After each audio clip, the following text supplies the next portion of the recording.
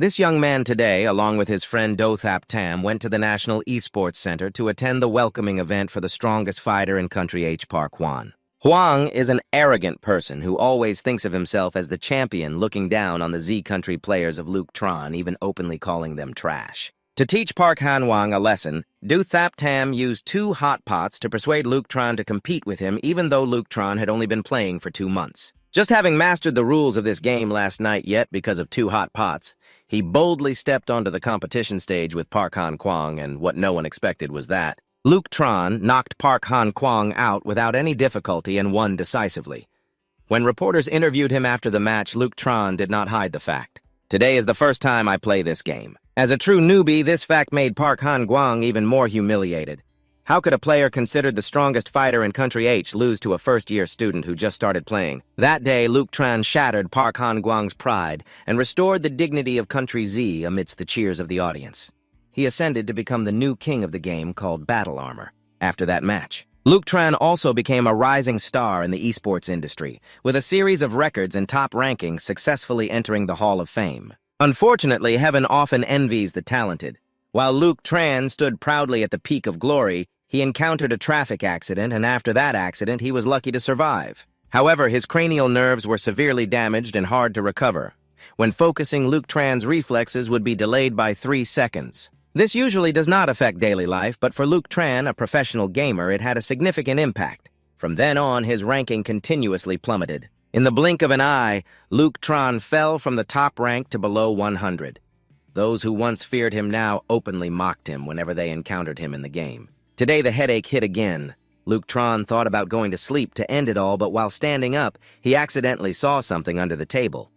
It was the virtual reality headset for the game Heavenly Strike. Specially made for members of the Hall of Fame, which the Nguyen Hang group had sent not long ago, Luke Tron had been hunted for so long that he forgot he was a member of the Hall. Fame always. Out of curiosity, he decided to explore this new game. The moment the gaming headset powered on, Luke Tron felt as if he were swimming in a sea of data. The virtual reality technology of the Nguyen Hang group is indeed advanced.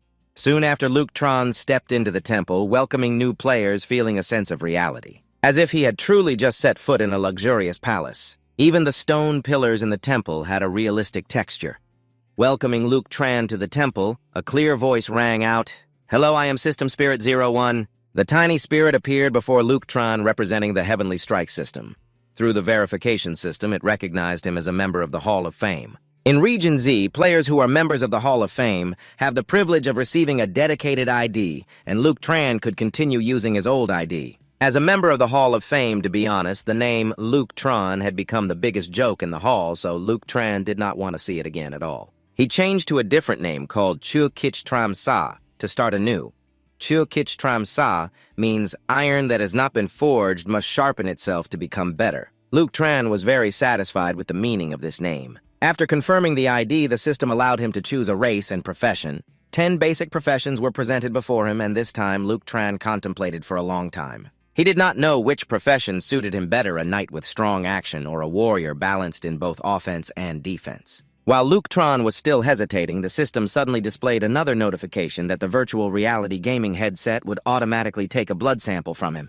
To check his health status, with a very small needle on the left side of the helmet after that accident, Luke Tran was very afraid of getting his blood drawn, so his whole body trembled uncontrollably. After completing the blood sample collection, the system quickly returned the health check results, and what was puzzling was that all of Luke Tran's indicators were flashing red. For example, his heart rate was lower than 30% of a normal person's, and his temperature was also 70% below the standard. His brainwave response exceeded 120% compared to the standard of a normal person, and most importantly, Luke Tran's signs of life were only at 50%. This situation made him extremely anxious. What was happening here? Could it be that his VIP gaming helmet was just an empty shell? That night, a blinding red light emanated from Luke Tran's room in the apartment, along with the screams of a young man. "Damn it, don't mess with me like this!" However, Luke Tran's alarming physical condition helped him unlock a hidden profession as a Death Spirit swordsman. Indeed, in adversity lies opportunity. The Death Spirit swordsman is the strongest warrior in the underworld, a descendant of the Tula Divine race, wielding the power of the four spirits, and is the ruler of all beasts. Luke Tran never thought he would have such unexpected luck. With no reason to refuse the profession of Death Spirit, swordsman Luke Tran quickly logged into the game after confirming his class. He woke up in the newbie village feeling like a defeated, abandoned person filled with a burning desire for revenge. Luke Tran appeared in the form of a skeleton. Moreover, it was a skeleton that crawled up from the ground. Luke Tran was very disgusted. Why did he have to start the game looking so ridiculous? Did this appearance resemble the cool Death Spirit swordsman at all? The system seemed to read Luke Tran's thoughts and explained that this skeletal form. This is the training state of the Death Spirit swordsman. Luke Tran couldn't complain anymore. After all, it was a special hidden profession. A skull was still a skull. The one welcoming him was the village chief of the newbie village, a necromancer named Nap Y. Van. After the shocking greeting, Luke Tran's inventory had an additional item gifted by the village chief. It was a dagger. Luke Tran took the new weapon to the radish garden to fight against the level 2 rabbit spirits here with the health bar of these little monsters. He only needed to swing once to finish them off. But Luke Tran's biggest problem was the 3-second delay in processing information, so he decided to use a strategy to calculate his opponent's moves in advance. He swung his sword 3 seconds early. The scenario looked great, but when Luke Tran practiced, he completely missed, and the rabbit spirits kicked him painfully. Swinging the sword 3 seconds early didn't work. Then let me try slowing down. Luke Tran tried swinging the sword 2 seconds early, but still missed. He tried 1 second early and still missed, but when he timed it at 0.9 seconds, the attack worked. Indeed, it wasn't because the rabbits were fast. It was due to Luke Tran's delayed reflexes improving. Although he ultimately got kicked back to the respawn point by those low-level rabbit spirits, he still felt incredibly happy. President of the Thap-Tam Truck, the #1 swordsman in the chaotic world, I'm back. Luke Tran carried his sword back to the radish garden once again on his way. He kept wondering why his reflex delay had dropped to 0.9 seconds instead of the 3 seconds the doctor mentioned. Luke Tran's mind was spinning, feeling like he had forgotten something. Many fragmented images appeared in his mind, from the sports car being smashed at the front, the blood-stained baseball bat to the image of Quan Vu. All these things seemed unrelated. Luke Tran was puzzled as they suddenly appeared in his mind. He also remembered the doctor saying that his nervous system might recover on its own. At that time, Luke Tran thought it was just a comforting statement to keep him from losing hope, but based on the current situation, it seemed that what the doctor said was beginning to come true. It seems you still need to go to the hospital for a follow-up, but for now we have to deal with those cunning rabbits first. I remind you to attack the neck of the rabbits, as that is their biggest weakness. Lu Chen obediently followed this advice and calculated that the delay time was 0.9 seconds. He quickly turned the situation around, and with the reduced delay time, Lu Chen felt very refreshed. The more he fought, the more enthusiastic he became, hoping that in the future, this delay would completely disappear and he would once again reach the peak of fame. After Lu Chen had slaughtered the entire carrot garden, he suddenly caught a glimpse of a strange creature. Upon closer inspection, it was another player who was in-game tonight, looking a bit cold as he was being beaten so badly. Lu Chen had already guessed what would appear next. It must be the boss of the carrot garden. Sure enough, not long after, the massive level 10 rabbit appeared, holding another player by the leg and lifting him upside down. The big-eared rabbit king was a muscular beast, very hot-tempered, ruling over the entire carrot garden. Compared to Lu Chen's mobile skeleton, its muscles were indeed on another level. The young player who looked a bit lonely tonight was thrown away like a rocket at that moment. Tonight's cold one was also used by Lu Chen as a shield. The two brothers charged straight at each other, immediately clasping hands and heading back to the respawn point. They could go with peace of mind. "Let me take revenge for you two," Lu Chen said nonchalantly. After dealing with the two unrelated ones, he focused on the main issue. This was the first time Lu Chen faced a boss. After the delay reflex was reduced, it was hard to suppress the excitement. He gripped the sword tightly, ready to confront the enemy. Unexpectedly, the Rabbit King had a weapon as well. Seeing Lu Chen draw his sword, it quickly donned a pair of sharp bare claws, looking like a gangster. Lu Chen began to feel the pressure, but he still forced himself to calm down. The opponent must be using a high-speed melee attack method, and the best way to deal with such an opponent was to use stillness to counter movement. While the opponent attacked, he had to dodge and find an opening. Just as Lu Chen thought of this, the Rabbit King launched an attack. Indeed, its speed was very fast, and Lu Chen couldn't dodge in time. However, what he didn't anticipate was that with just this first move, the rabbit took away 25% of his health. While he was still in shock, the system's simulation window appeared again, bringing a notification about the immortality trait of the undead before his health ran out. The undead swordsman could quickly recover damaged bones, maintaining the perfect state of his skeleton. However, health could not be restored. Lu Chen read it twice, and still didn't understand what the system was talking about. If he couldn't recover health, then why call it immortality? But this didn't matter much. By dealing with this gangster rabbit, if one of its hits took away 25% of his health, then how much damage could his full-force strike deal to the opponent? Lu Chen used all his strength to unleash a blow, but unfortunately it only dealt 8 points of damage to the opponent. He quickly retreated. It seemed this guy was quite tough. Not only did he possess godly speed and excel in attacks, but even his defense was very solid. Lu Chen chose a safe distance to retreat. Just as his feet touched the ground, the rabbit charged at him aggressively once again. This was within Lu Chen's calculations. Taking advantage of its charge, he smoothly slashed straight at the opponent's critical weakness, the neck. However, he was even more surprised to find that beneath the rabbit's fur was a layer of iron armor. It was just a boss of low-level minions, after all. Did it really need to be this exaggerated? The Rabbit King, enraged by Lu Chen's counterattack, smashed a nearby tree in half with a punch. Lu Chen nervously swallowed. If he took a direct hit like this, his bones would probably shatter. In this situation, it was really hard to find the breakthrough point. The rabbit's biggest weakness was already protected by iron armor. Based on the damage taken by both sides, the Rabbit King could withstand attacks for several more rounds, but if Lu Chen took another hit, he would be done for. He hadn't even thought of a way to resolve this. Meanwhile, the opponent seemed to be going crazy. He used his bare hands to uproot a willow tree by the roadside, and then swung this tree straight at Lu Chen, making it difficult to strike a terrifying opponent like that rabbit. However, Lu Chen wasn't weak enough to be crushed by a tree. He immediately took out his combo attack to deal with the willow tree, but unfortunately, while Lu Chen was busy breaking the tree, the Rabbit King took this opportunity to sneak attack Lu Chen, not thinking that such a large creature could be so clever. However, as it charged forward, it accidentally got hit in the eye by a shard of the broken tree, instantly causing a damage of 20 health points, and Lu Chen found a breakthrough from this. It seemed that the eyes were indeed the opponent's weakness. Focusing on this issue distracted Lu Chen, and he got punched. Luckily, he managed to lower his chin in time to follow the direction of the punch. The punch wasn't direct, so he only lost 15 health points. But just as Lu Chen was about to rejoice, the opponent quickly punched him again, this time right in the ribs. The sound of bones cracking took away another 40 health points, and Lu Chen was sent flying by the Rabbit King, crashing straight into a nearby tree. Right now, he only had a mere 5 health points left. This collision had created a large hole in the tree trunk with Lu Chen's upper body stuck inside, only his 2 legs dangling outside. The Rabbit King had no intention of resting for a second. Seeing the opponent stuck in the tree hollow, it charged forward like an arrow, intending to deliver a final deadly blow. But when the Rabbit King's fist was thrown, Lu Chen disappeared from the hollow.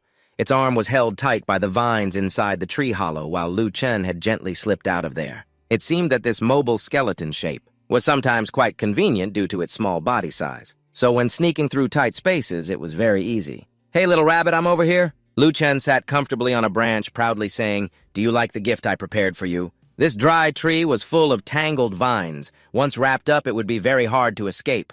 The Rabbit King kept struggling, but Lu Chen knew that the more it struggled, the tighter the vines would wrap around it.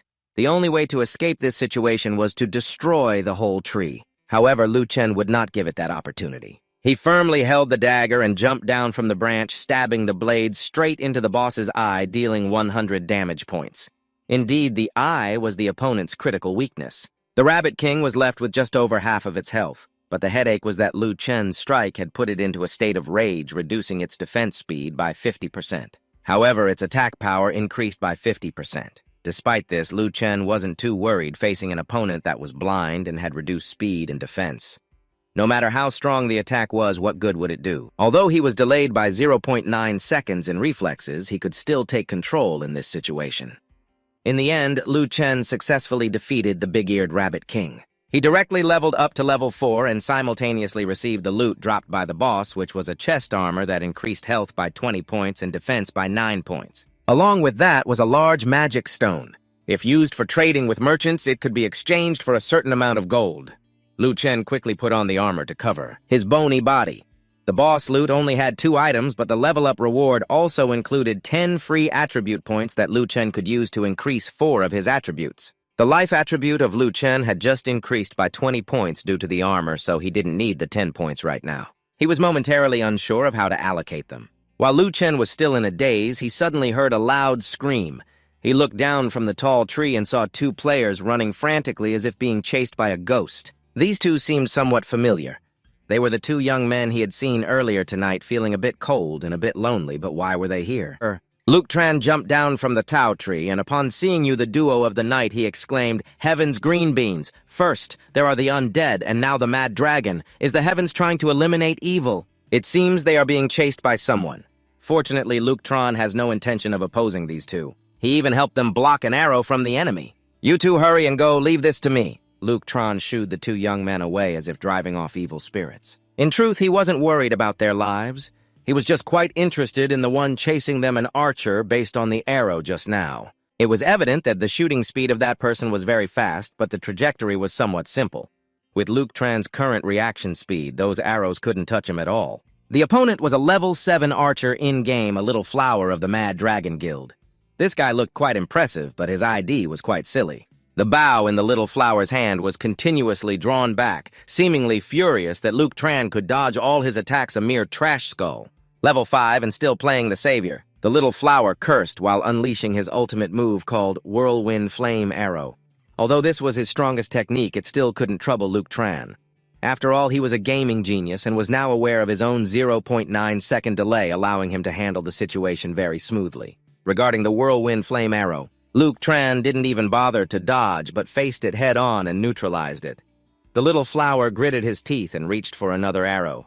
He was about to attack once more, but he had no idea how Luke Tran had done it. In the blink of an eye, he appeared behind him, and the opponent was right behind him.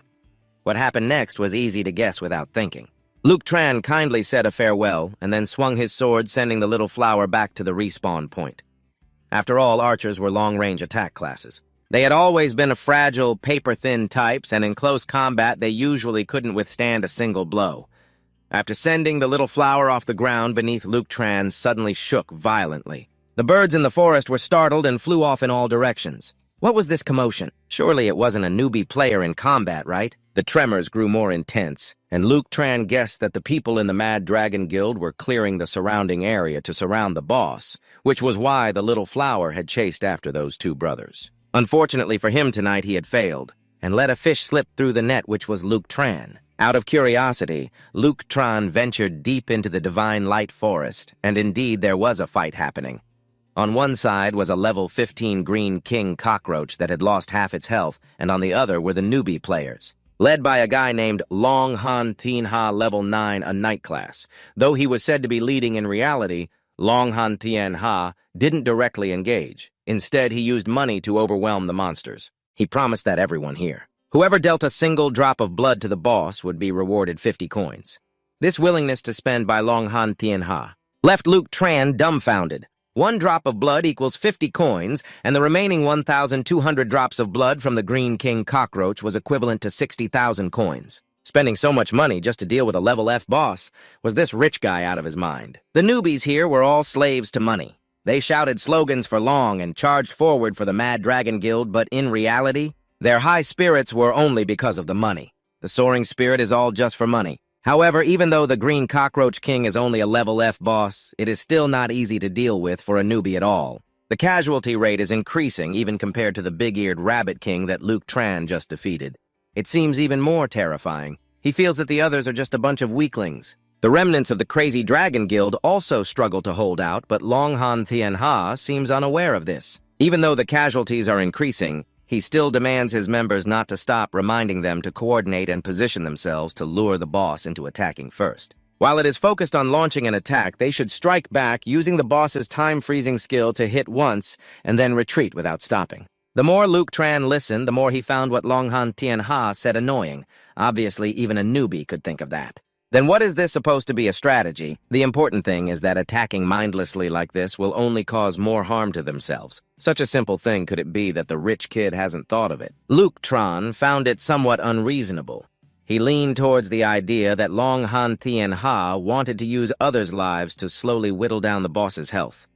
A series of numbers began to form in Luke Tran's mind. Each person who dies is compensated 300 dong. If they are downgraded, they will receive an additional 500 dong. The Crazy Dragon Guild has 50 members, and if they are all sent back to the respawn point and downgraded, the total would be 40,000 dong.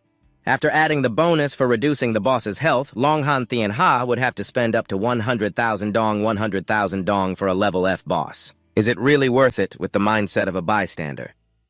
Luke Tran still crouched in a corner, meticulously observing this battle with Long Han Thien Ha's strategy of using meat shields against the boss. The health of the Green Cockroach King did decrease, albeit slowly. A team of archers he had positioned on the outer circle began to attack simultaneously.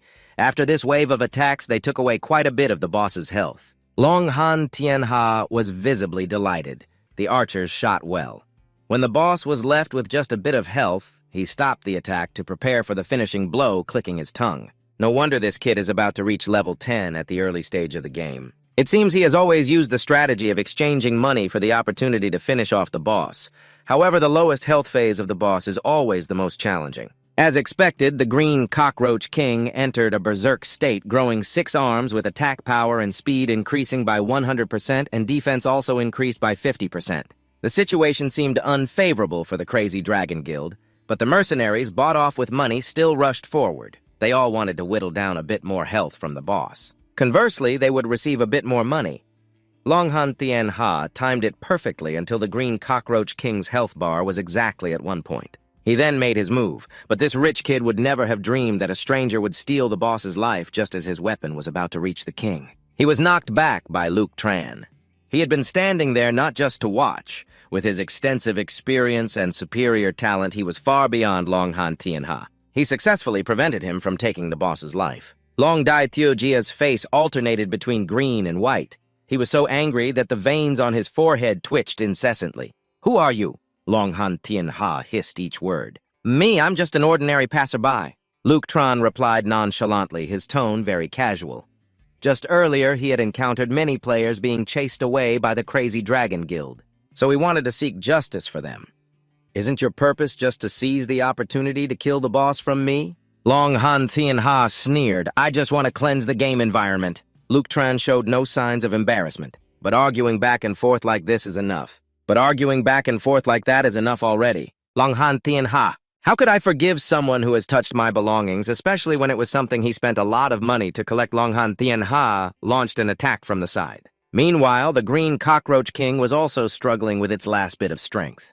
Luke Tran was caught between two sides but remained calm whether it was Long Han Thien Ha or that boss. They were all about to meet their end, and this so-called struggle would only hasten their demise. Luke Tran took just a second to stab his sword through Long Han Thien Ha's chest, sending him back to the resurrection point to go home and practice his skills, young master. Relying solely on money won't get you far.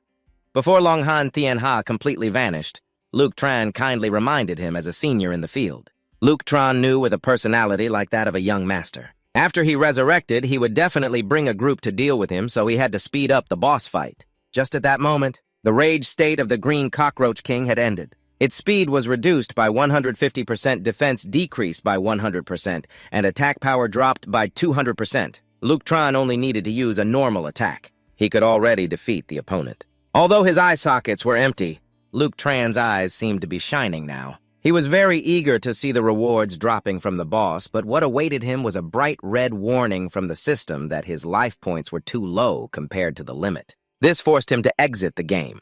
Fortunately, the system still had some humanity, as it would automatically save the experience and equipment Luke Tran had gained after defeating the boss. And so Luke Tran was exiting the game with a very unwilling mood. Just as he took off his gaming headset, there was a rapid knocking at the door. Luke Tran thought it might be a thief or something. He grabbed a baseball bat and went to open the door, but to his surprise, it was Du Thaptam, who looked very flustered. What was he doing here at this hour? Luke Tran was confused and asked. Of course he was worried about him. Du Thaptam was out of breath, looking like he had just run at full speed to get here. "I sent you a message earlier, but you didn't reply, and you didn't answer the phone either." Just as Du Thaptam was about to finish his sentence, he looked up and was startled by Luke Tran's current appearance. He screamed and fell backward. "Oh my God, there's a zombie!" Seeing Luke Tran's bewildered expression, Du Thaptam quickly pulled out his phone to show him what he looked like now. Even the victim was astonished and fell back because on his face there were many spots that looked like skin was peeling, and those marks were even moving. This was something only found on a corpse with a cloud-like pattern. Moreover, the marks were changing rapidly and spreading down from his eye sockets. Du Thaptam said seriously, "It's only 2 in the morning, you shouldn't be playing around like this. It must just be some kind of skin allergy." Du Thaptam was not joking, the phenomenon occurring on Luke Tran's body at that moment. It was exactly like the forensic records at his house. Luke Tran was feeling dizzy, exhausted, and confused by the spotted marks on his body, so he quickly fainted. Du Thap Tam then carried him to the emergency room of People's Hospital No. 4, where the head of the department, Du Trung, was his father. After a thorough examination, Dr. Du confirmed that. Du Thap Tam then carried him to the emergency room of People's Hospital No. 4, where the head of the department, Du Trung, is his father. After a while of examination, Dr. Du confirmed that. The traces on Luke Tran's body were indeed a rash. Throughout his medical career, he had never encountered a patient alive with such a condition, which made Do Trung Keen anxious. He requested the nurse to take a blood sample from Luke Tran while also ordering many more tests.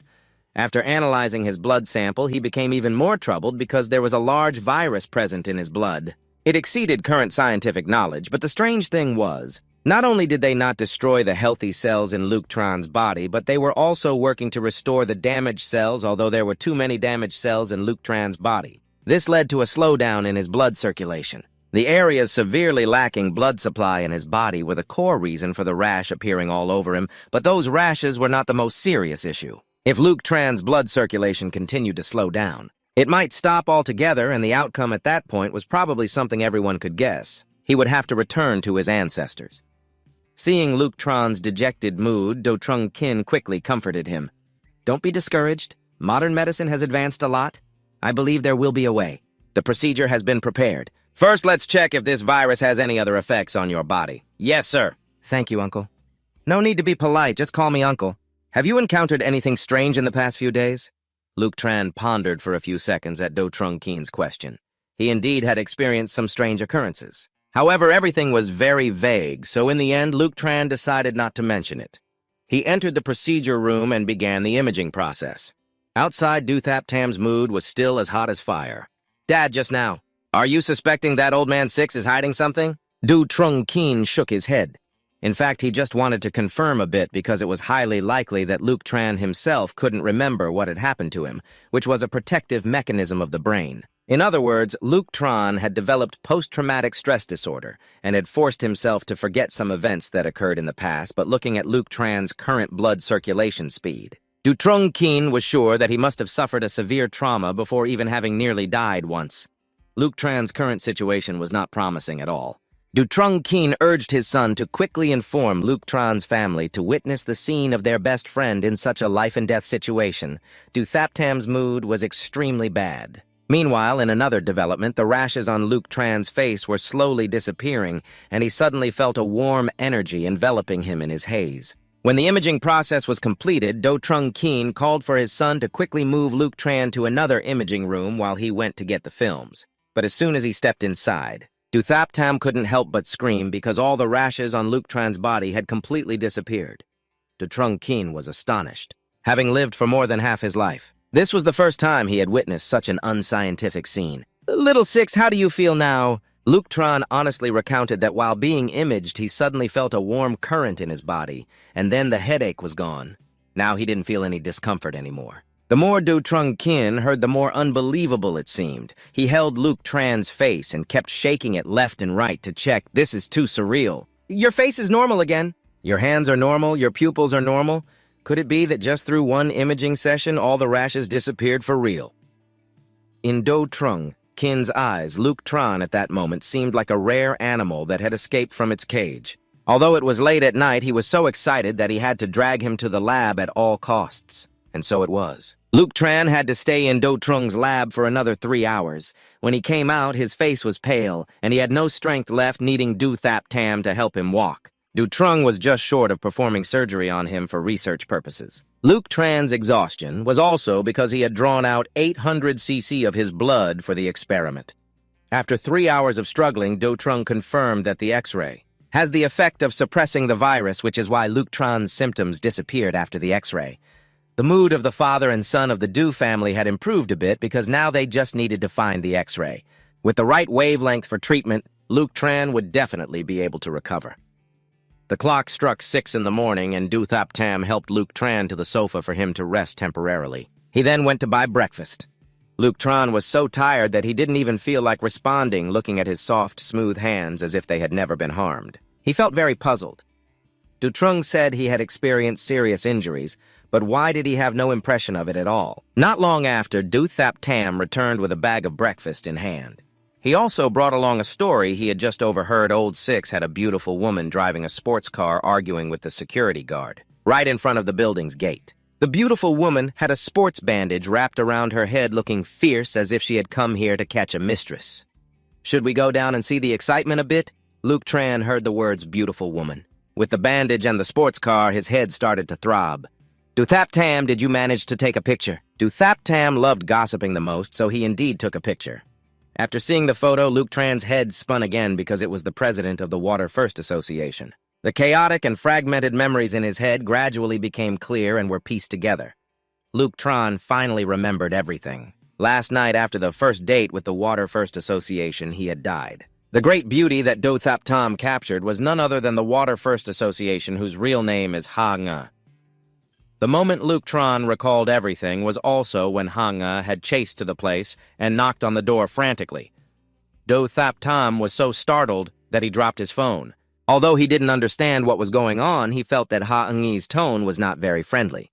Well, if the two of them knew each other, let me go open the door. You two can talk directly to each other. As he spoke, Duthap Tam stood up and walked toward the door. Luke Tran immediately became panicked. Duthap Tam, wait, don't open the door, Luke Tran said while reaching for Duthap Tam, resulting in him falling flat on the ground. His whole body was still trembling from the aftermath of having 800 cc of blood drawn by Do Trung. I have something to say to you.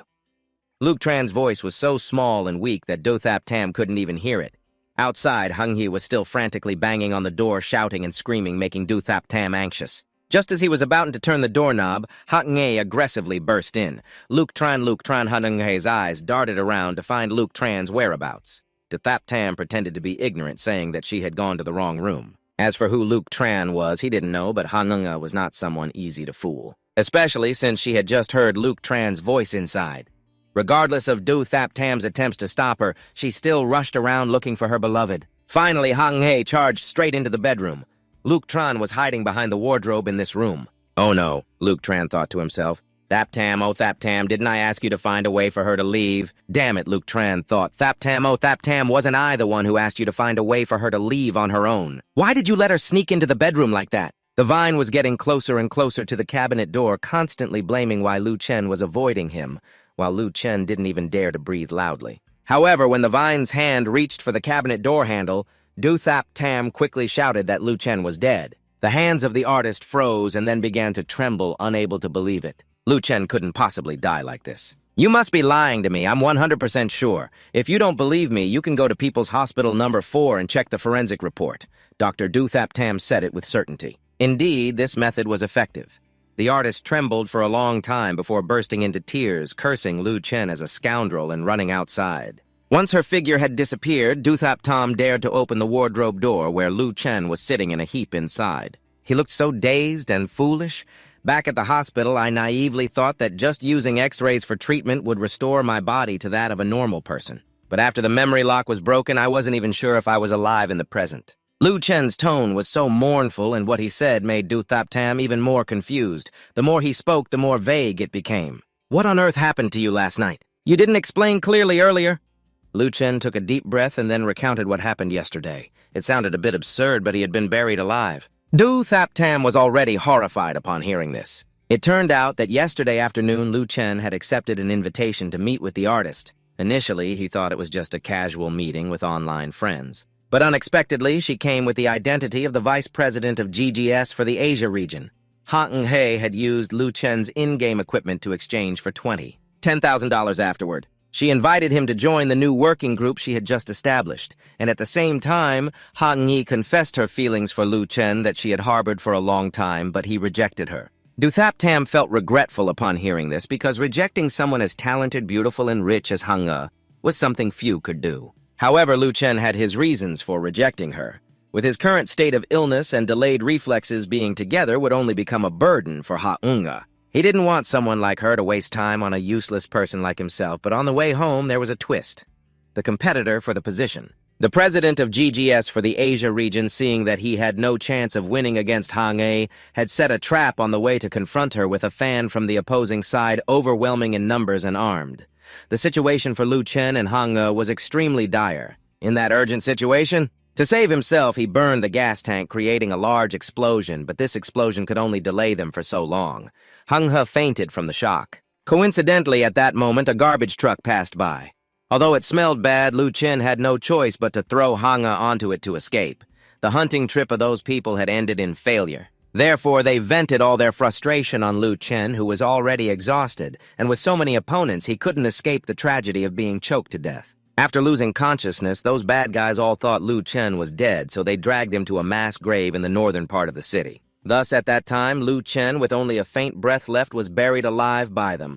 Duthap Tam, upon hearing the words mass grave, had a grim expression. It seemed this was not the first time those people had committed such a crime. Returning to the main issue that day, Lu Chen had not yet been deprived of his last chance by heaven because right after those scoundrels left, a heavy rain poured down, softening the mud that buried Lu Chen. Due to the heavy rain, he became soft and unconscious, but like a zombie, he crawled up from the ground. Lu Chen also didn't know how he could move. He only felt the pain in his body gradually fading away, and when he regained consciousness, he found himself vaguely standing in front of his house. He only felt the pain in his body gradually fading away, and when he regained consciousness, he found himself vaguely standing in front of his house. The main point is that aside from the tattered clothes, there were no injuries on him. He just had a dull headache occasionally. Duthap Tam felt that the virus, the large one that his father discovered in Lu Chen earlier, was probably contracted when he was buried. After all, it had the effect of restoring his body. But this was indeed too hard to believe. However, what Do Jingdong said was indeed accurate. Lu Chen had gone through a huge trauma and had indeed come close to death. So his brain automatically forgot some things to protect himself like that. After recalling, Lu Chen's mood was extremely complicated. Duthap Tam, he asked, do you think I can still be considered a living person? Duthap Tam temporarily couldn't give Lu Chen an answer. He only knew that all the mysteries were buried in the mass grave to the north of the city, and this urged Duthap Tam to go there. Originally, Lu Chen also wanted to go with him, but with his current body, standing up was already difficult, and importantly, Duthap Tam hadn't gone to that grave yet. He had to go to the People's Hospital No. 4 first. Earlier, Do Jingdong asked him to bring Lu Chen's gaming hat for research after finishing breakfast. Duthap Tam carried the gaming hat to his father's expert meeting room. As soon as he stepped through the door, he froze for a few seconds because in the room there were not only Do Jingdong, but also several elderly gentlemen with gray hair, all of whom were big shots in the industry. Meanwhile, while Duthap Tam was outside, Lu Chen was quietly calculating the things he had to do before he passed away, including finding a companion for his father and leaving retirement money for him to help the Vine rebuild the Dream Soul Sword, then leaving a proper farewell letter. Not long after, Duthap Tam returned. As soon as he heard his voice, Lu Chen hurriedly hid that plan.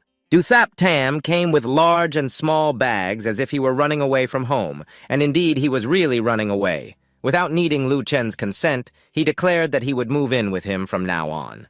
But my house only has one bed. Lu Chen didn't understand what was going on, saying it was okay. Your sofa is enough for me to lie down on. Lu Chen felt a bit of a headache. Judging by Duthap Tam's expression, he guessed that 9 out of 10 his health condition had reached the point where he needed someone to take care of him. Then thinking about what he was thinking was because he was too bored being home alone. As for you, you can't pass away that quickly. While saying this, Duthap Tam took out a health analysis report of Lu Chen. It stated that his physical condition was very good. Duthap Tam said that initially he didn't believe it, but this report was the result of many experiments by the elderly professors, so he reluctantly believed a little. In fact, Do Jingdong also didn't want to disclose Lu Chen's health status, but the viral load in his body was too high. He could only seek help from others, which were the elderly doctors that Duthap Tam saw in the meeting room. Then more and more people arrived. Their ages were getting older and their ranks were getting higher. Eventually, they gathered into a group of academic big shots. This was clearly not an ordinary meeting, but a medical confrontation where these elderly professors had a lot of say. They only needed to make a phone call and the mass grave in the north of the city would immediately turn into a military-restricted area. Duthap Tam didn't need to waste effort going there anymore. After half a day, all the secrets in that grave had been unearthed. Below that dumping ground was originally a mass grave from the end of the Han Dynasty. According to Duthap Tam, it might even be related to Guan Yu. It seemed unrelated, but indeed in Lu Chen's fragmented memories there were images of this legendary character. But indeed in the fragmented memories of Luke Tran, there is an image of this legendary character. But the more mysterious thing is that a liquid is flowing out from outside the tomb in which a type of viral crystal was discovered that has the same genetic code as the virus running in Lu Chen's body. This is indeed a shocking discovery that Lu Chen has been infected with a virus from 1,000 years ago because he is the first person to be infected with this type of virus. Therefore, the doctors named it after him. While Do Thap Tam began to pack his belongings, Lu Chen was still sitting there studying the report very carefully. He noticed that in it, the characteristics of the virus only have a few introductions without specific content, which is understandable. That report was written in just half a day. Even if the meeting room was filled with experts in the field, it would still be difficult to immediately study the characteristics of the virus. However, they could only confirm one characteristic of it, its extremely high regenerative ability. The proof is that it repaired the damaged cells of Luke Tran and enhanced his body to an unexpectedly good state. But what troubled Luke Tran the most was that none of the experts showed any interest in his body.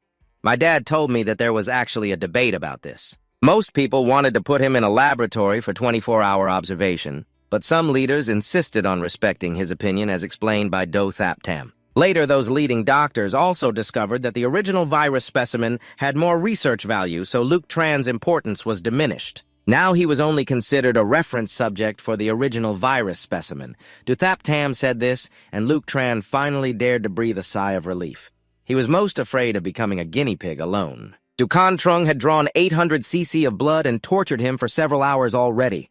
Now with more than 10 professors, if everyone was like that, Luke Tran wouldn't survive. Unexpectedly, this virus had helped me 3 times. Luke Tran muttered, 3 times, wasn't it only twice? Do Thap Tam wondered if the cell regeneration helped me come back to life. It was an original virus specimen that helped me avoid becoming a guinea pig for the professors. The last 2 were about reducing reflexes, delaying it down to only 0.9 seconds. This was the first time Do Thap Tam had heard this since Luke Tran's accident. He was so excited that he immediately picked up Luke Tran's gaming helmet. He urged Luke Tran to quickly get into the game to experience it, which was also to test whether the X-ray system that Do Kan Trung installed was effective. At this moment, Luke Tran discovered that there was something strange in his gaming console.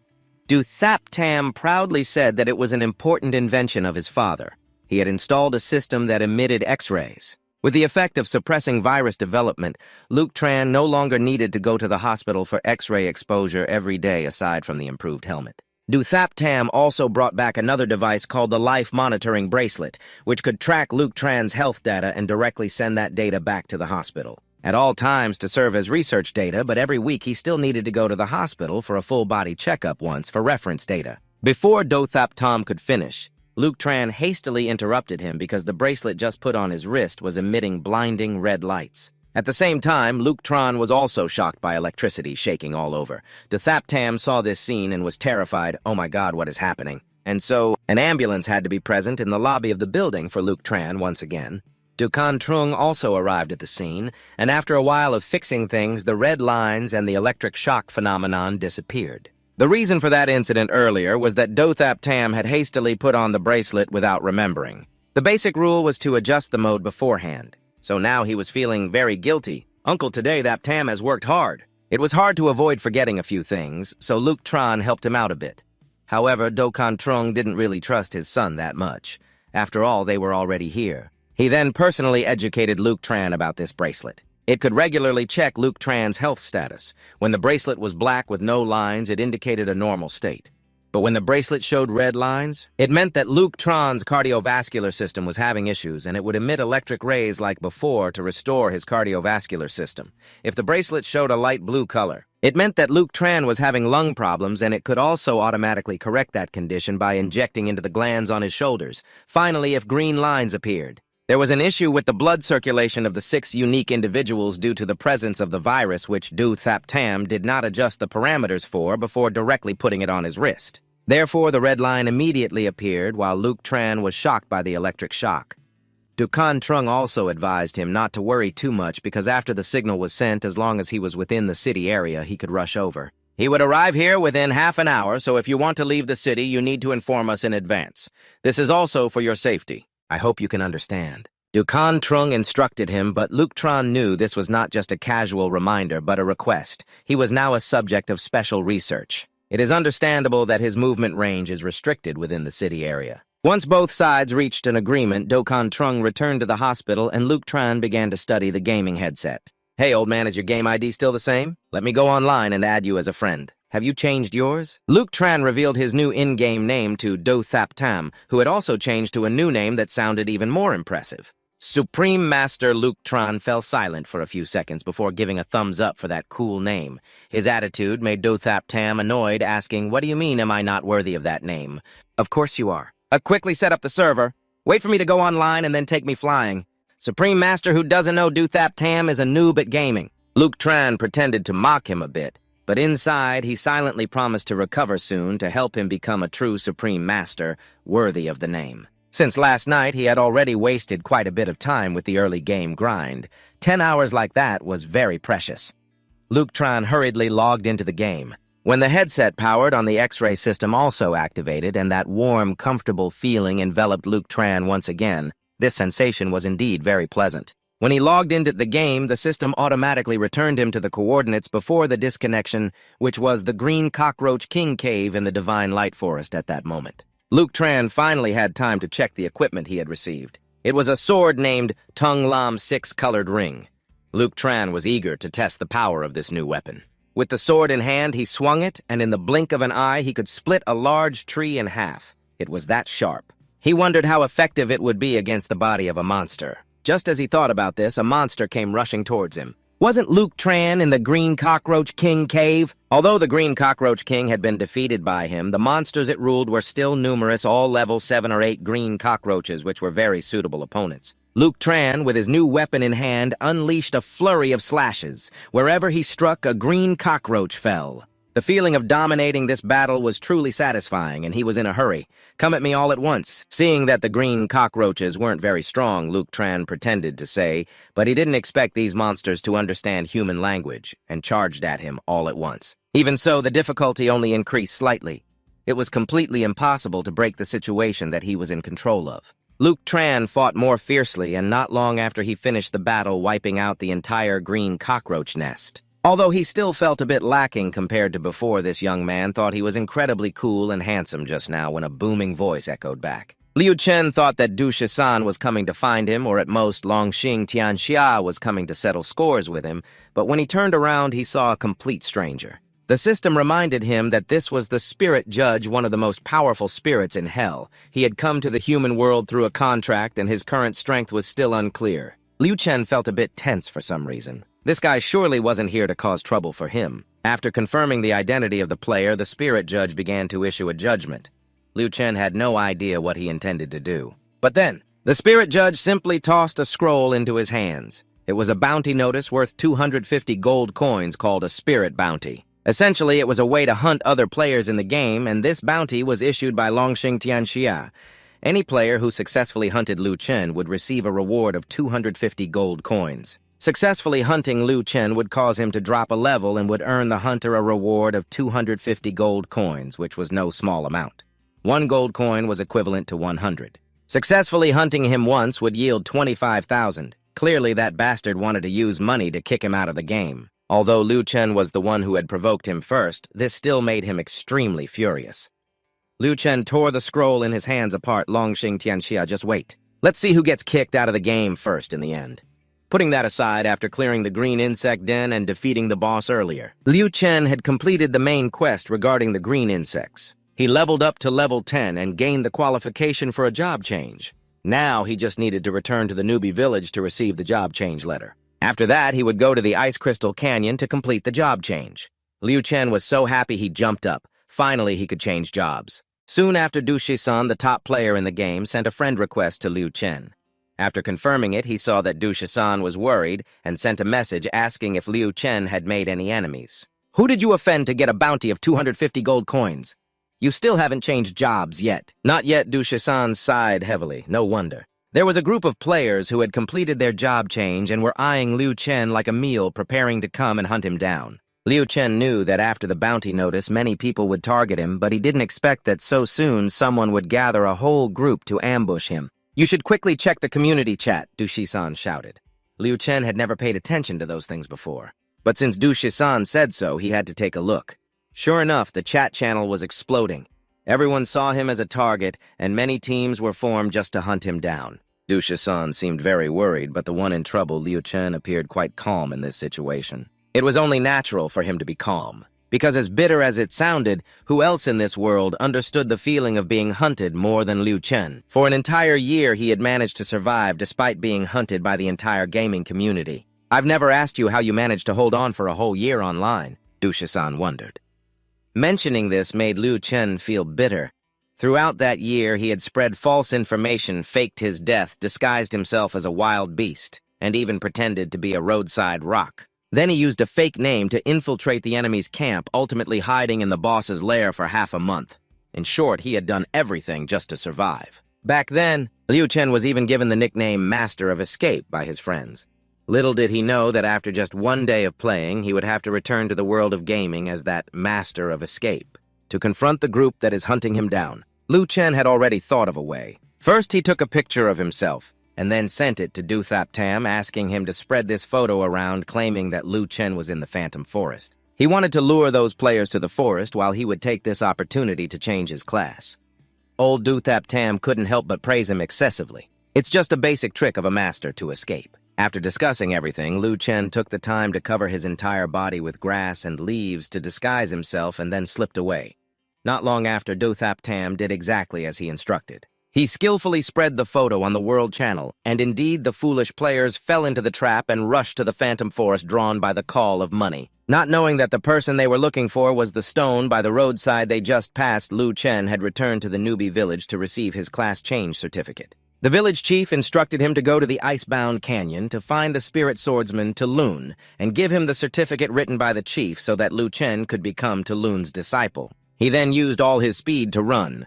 Once he reached the Icebound Canyon to change his class, he would be fine, because that is the territory of the Undead Legion.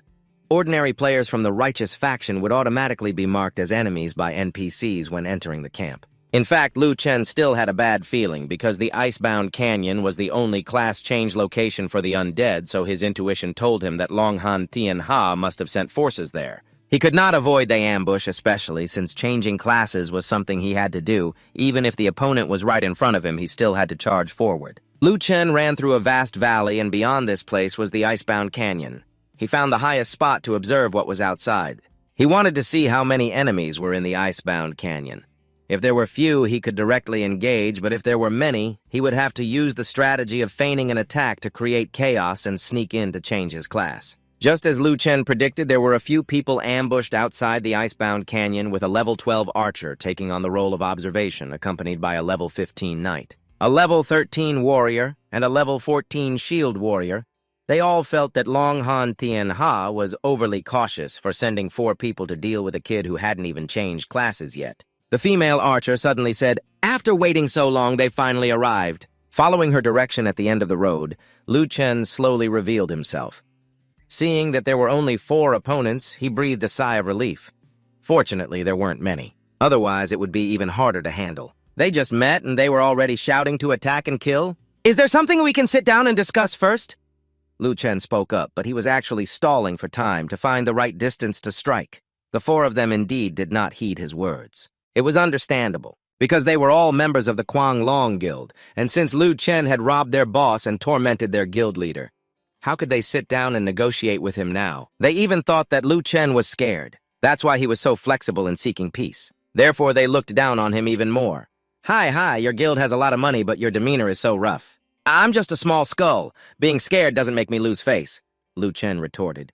"You big brothers can just hit lightly and treat me as air and let me go." Therefore, he looked down on him even more. The guild and Long clan have so much money but such a rough demeanor. "I'm just a small skull, so what if I'm scared?" Liu Chen retorted, saying that you big brothers could just raise your hands and hit lightly, treating me like air and ignoring me. As he spoke, he took a few steps forward. The distance between Luke Tron and his opponent was currently 10 meters, just 2 more meters, and he would enter the attack range. The level 12 archer was still ready with his bow drawn, while the others were also in a state of readiness to attack. Let you walk into the frozen steel at your leisure. Let you change your class, huh? We're not foolish enough to do that. Young Long has ordered to kill anyone who encounters the sinking spear, but your attitude isn't bad. I might consider it. Just enough to make you return to the respawn point once. Big brother leveling up isn't easy for us either. Why make it difficult for each other like this? Luke Tran continued his delaying tactic, speaking while advancing. At this moment, he was only about 3 meters away from them.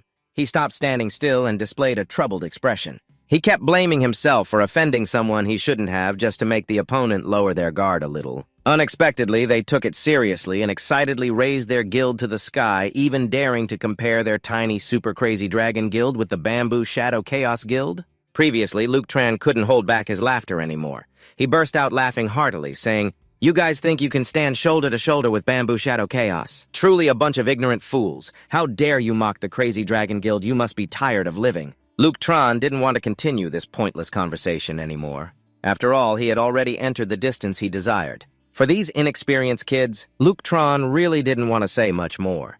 The opponent only saw a level 10 undead like him speaking arrogantly without fear, and they had to fight. Until he dropped a level, then they would be satisfied. The level 12 archer was furious and launched the opening attack, but even though the archer was at a higher level than Luke Tran, she was just a paper-thin character. She couldn't withstand even one of his strikes. Luke Tran took down the opponent in just 1 second. Now it was unclear who should be laughed at, yet they arranged for the archer to be at the front. Your weak team awareness makes me unable to hold back my laughter. Because of 2 remarks from the enemy, you all just stared blankly at the enemy. Right in front of you, are you mentally handicapped? Luke Tran's words were filled with mockery, and the opponent began to panic. But they had to pull themselves together, reassuring each other that they still had 3 people to deal with Luke Tran, which was more than enough. The knight quickly ordered to disperse the formation. They aimed to sandwich the opponent from 3 directions, yet Luke Tran remained calm.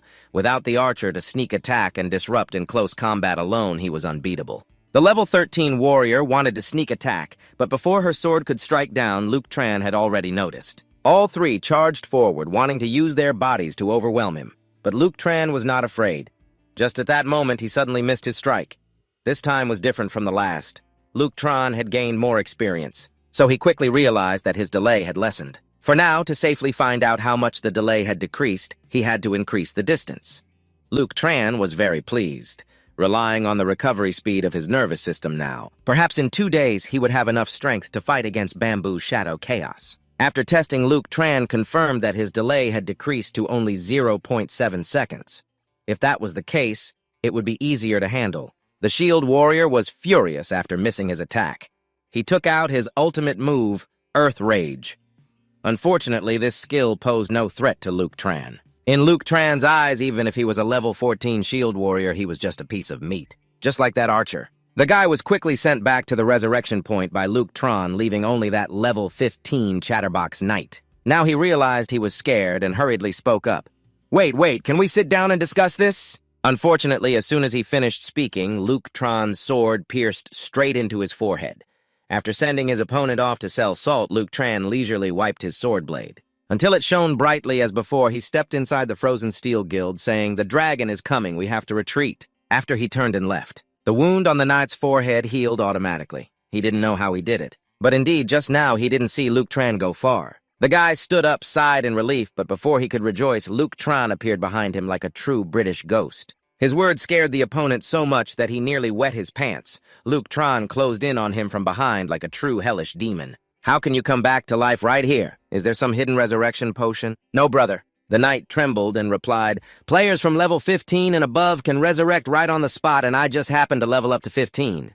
So Luke Tran exclaimed about this resurrection on the spot with him. "It seems not very advantageous. If the opponent collects the body right here, it would be a big problem. It looks like after reaching level 15, one must be even more careful." "Brother, look, I've made everything clear. Can I go now?" The knight carefully pushed Luke Tran's sword away from his neck, his hunched posture making Luke Tran feel extremely contemptuous. Taking this opportunity, he wanted to teach this ignorant fool a lesson, so he continuously tapped his sword on the knight's head each time, only causing the opponent to lose 1 HP. But it was both painful and humiliating. Luke Tran was still not satisfied when suddenly Long Han Tien Ha called for the knight. He was very awkward wanting to take the chance while Luke Tran wasn't paying attention to hang up, but nothing could escape his hawk-like eyes. Luke Tran grabbed the knight's hand, forcing him to answer the phone. "Hello, Long Tiu." The eager voice of Long Han Tien Ha came from the other end.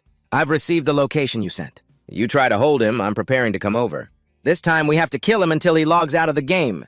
The night was extremely tense because he had been discovered by Luke Tran for secretly sending the location to Long Han Thien Ha. Unexpectedly, Luke Tran didn't even bother with him and directly yelled into the call, "Long Han Thien Ha." Unexpectedly, he didn't even bother to pay attention to him and directly yelled into the call, "Long Han Thien Ha."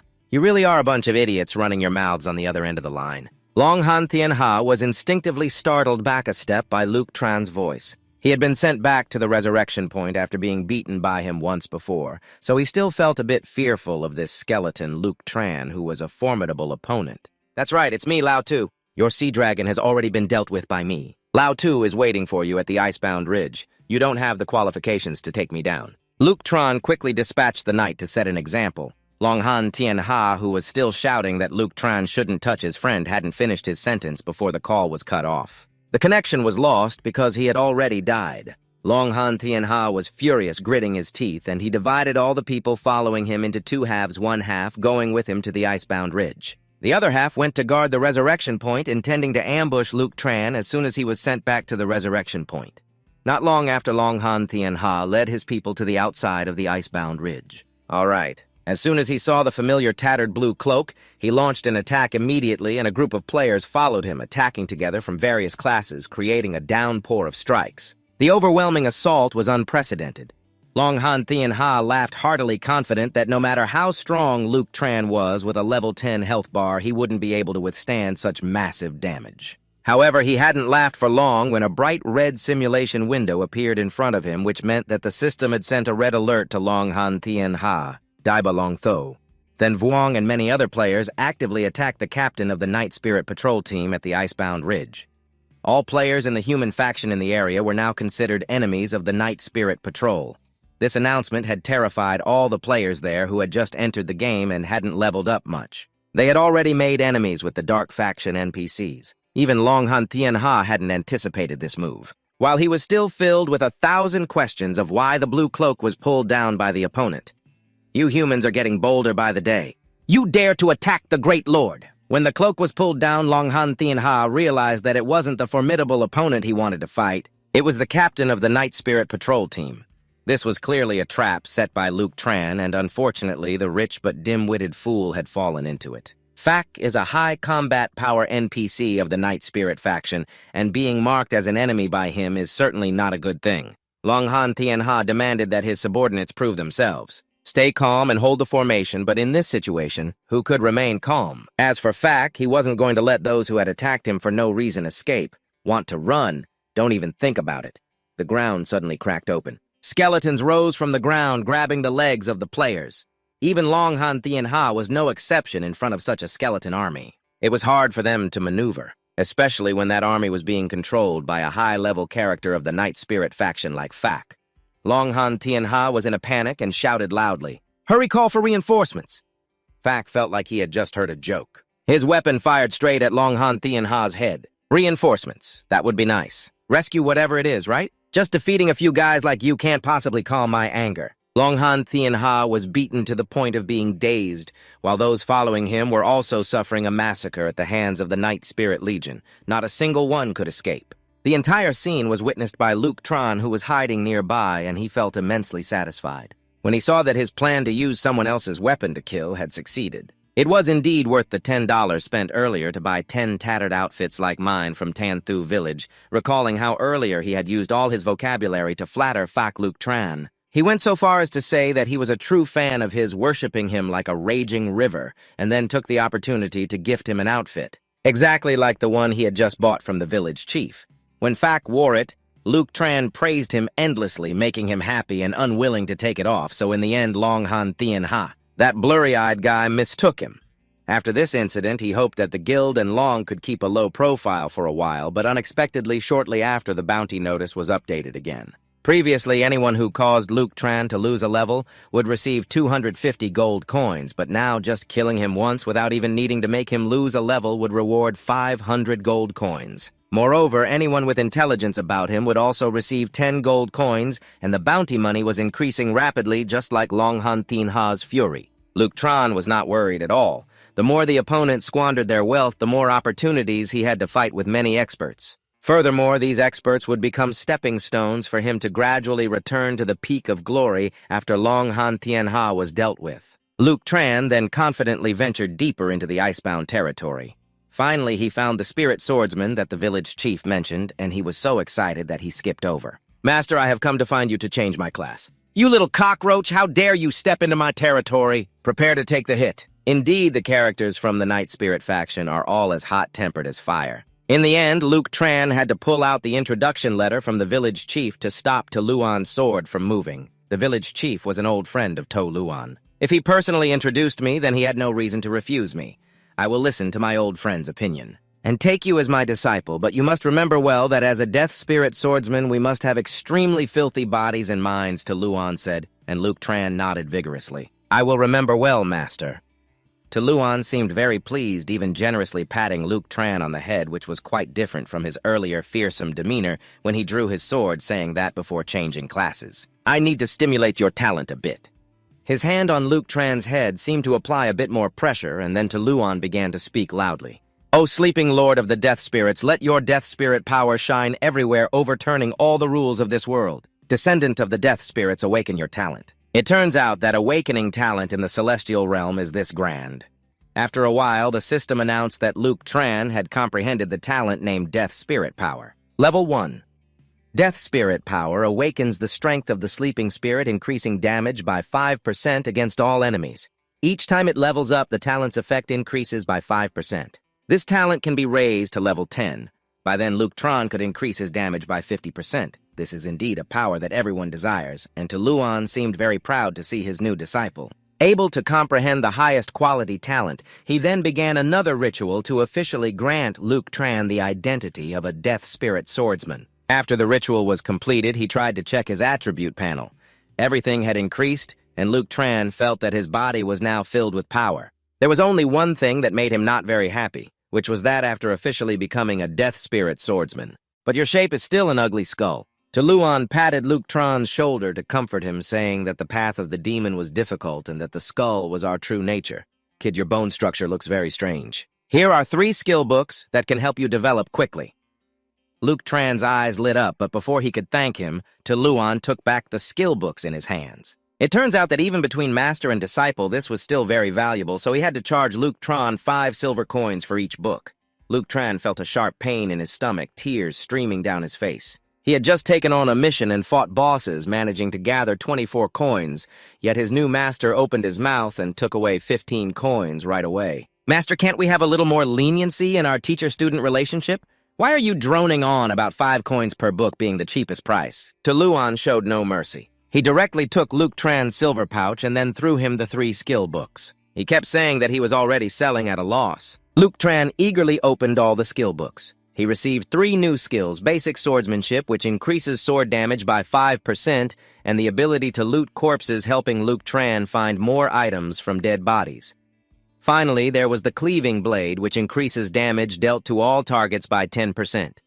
Luke Tran calculated that with just basic swordsmanship and cleaving blade combined, it would increase his damage by 15%, and with the innate talent he would gain after changing classes, wouldn't that make it a full 20% increase? Previously, when playing as a swordsman, Luke Tran could only raise his damage to a fixed number, but now the skills of the undead swordsman could increase it by a full 100%. Such damage would be based on that basic enhancement. In the future, the damage would continue to rise. This profession was indeed powerful. The best way to test the new skills was to compete. Thinking of this, Luke Tran approached To Luan and asked, "Master, do you have any good missions?"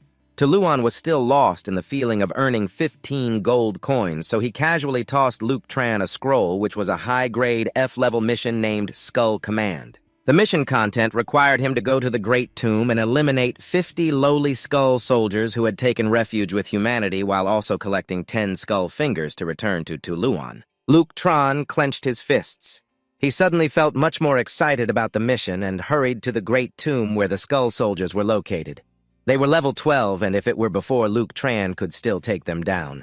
But after changing classes, his attack power had increased significantly. Luke Tran only needed 1 strike to swiftly take down the skull soldier. However, after he fell, a blinding purple flame erupted from his body, charging straight towards Luke Tran. Although he didn't know what it was, he instinctively raised his sword to confront it, but his sword struck only air. That thing had no physical form, and now he couldn't even dodge in time. Leuchtron was hit directly by the flame which entered his body. Strangely, he felt neither pain nor discomfort. Instead, it felt very pleasant. The system announced that he had just absorbed a fire soul, but his experience didn't increase, and his attributes remained stagnant. Leuchtron found it strange. Could it be that this thing had no effect other than that momentary feeling of refreshment? He planned to log out and search the forum for information, but for now he wanted to see what good loot the Skull Soldier might drop. However, Leuchtron had hoped too much, leading to even greater disappointment. The Skull Soldier dropped only a piece of torn, low-quality cloth with no value or use. "Oh my, this poor fellow was not worth the wait!" Leuchtron shouted in frustration and continued hunting. It can't be. Lu Chen had hoped too much, so the disappointment was even greater. From that Skull Soldier, only a piece of low-quality torn cloth fell out, which had no value or use at all. "Oh my, this poor thing wasted my waiting."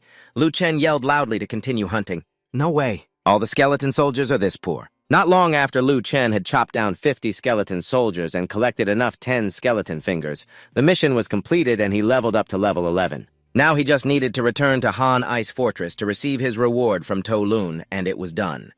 From the last skeleton soldier, a small magic stone dropped, which was somewhat useless. But it was still better than the 49 pieces of torn cloth before. Lu Chen sighed, preparing to return to Han Ice Fortress, when he suddenly realized he had gone too far. He had entered the Bone Spirit area in the Great Tomb. Surrounding him were towering tombstones. He didn't understand why. Lu Chen had a feeling that something would appear, and sure enough, shortly after, a gigantic skeleton approached. It was a level 15 Bone Spirit, but this one was not just any giant. Lu Chen stood before it like an ant before an elephant. Looking at the size difference, he began to tremble a little. "You little skeleton, where did you come from to dare act recklessly in our territory?" The Bone Spirit's voice boomed, echoing throughout the area. Lu Chen had no interest in conversing with an NPC monster like him. Ben took the initiative to attack, first thinking that the opponent was formidable, so he put all his strength into a series of skills in this attack. Unexpectedly, the imposing Bone Spirit was easily defeated by Lu Chen, to the point where he scratched his head in confusion as to why such a mini-boss was easier to deal with. Compared to the skeleton soldiers understanding Lu Chen's confusion, the system quickly explained that the Bone Spirit was the main race in the Bone Spirit tomb area. Although it had a large body, its combat power was low. However, they were very good at team battles and preferred to act in groups. Lu Chen only paid attention to the phrase, "preferred to act in groups." Just as he finished reading the notification, a flaming arrow shot straight at Lu Chen. He jumped up to dodge while clicking his tongue, realizing he had poked the hornet's nest. The Bone Spirit he had just defeated. It seemed that it was only the vanguard.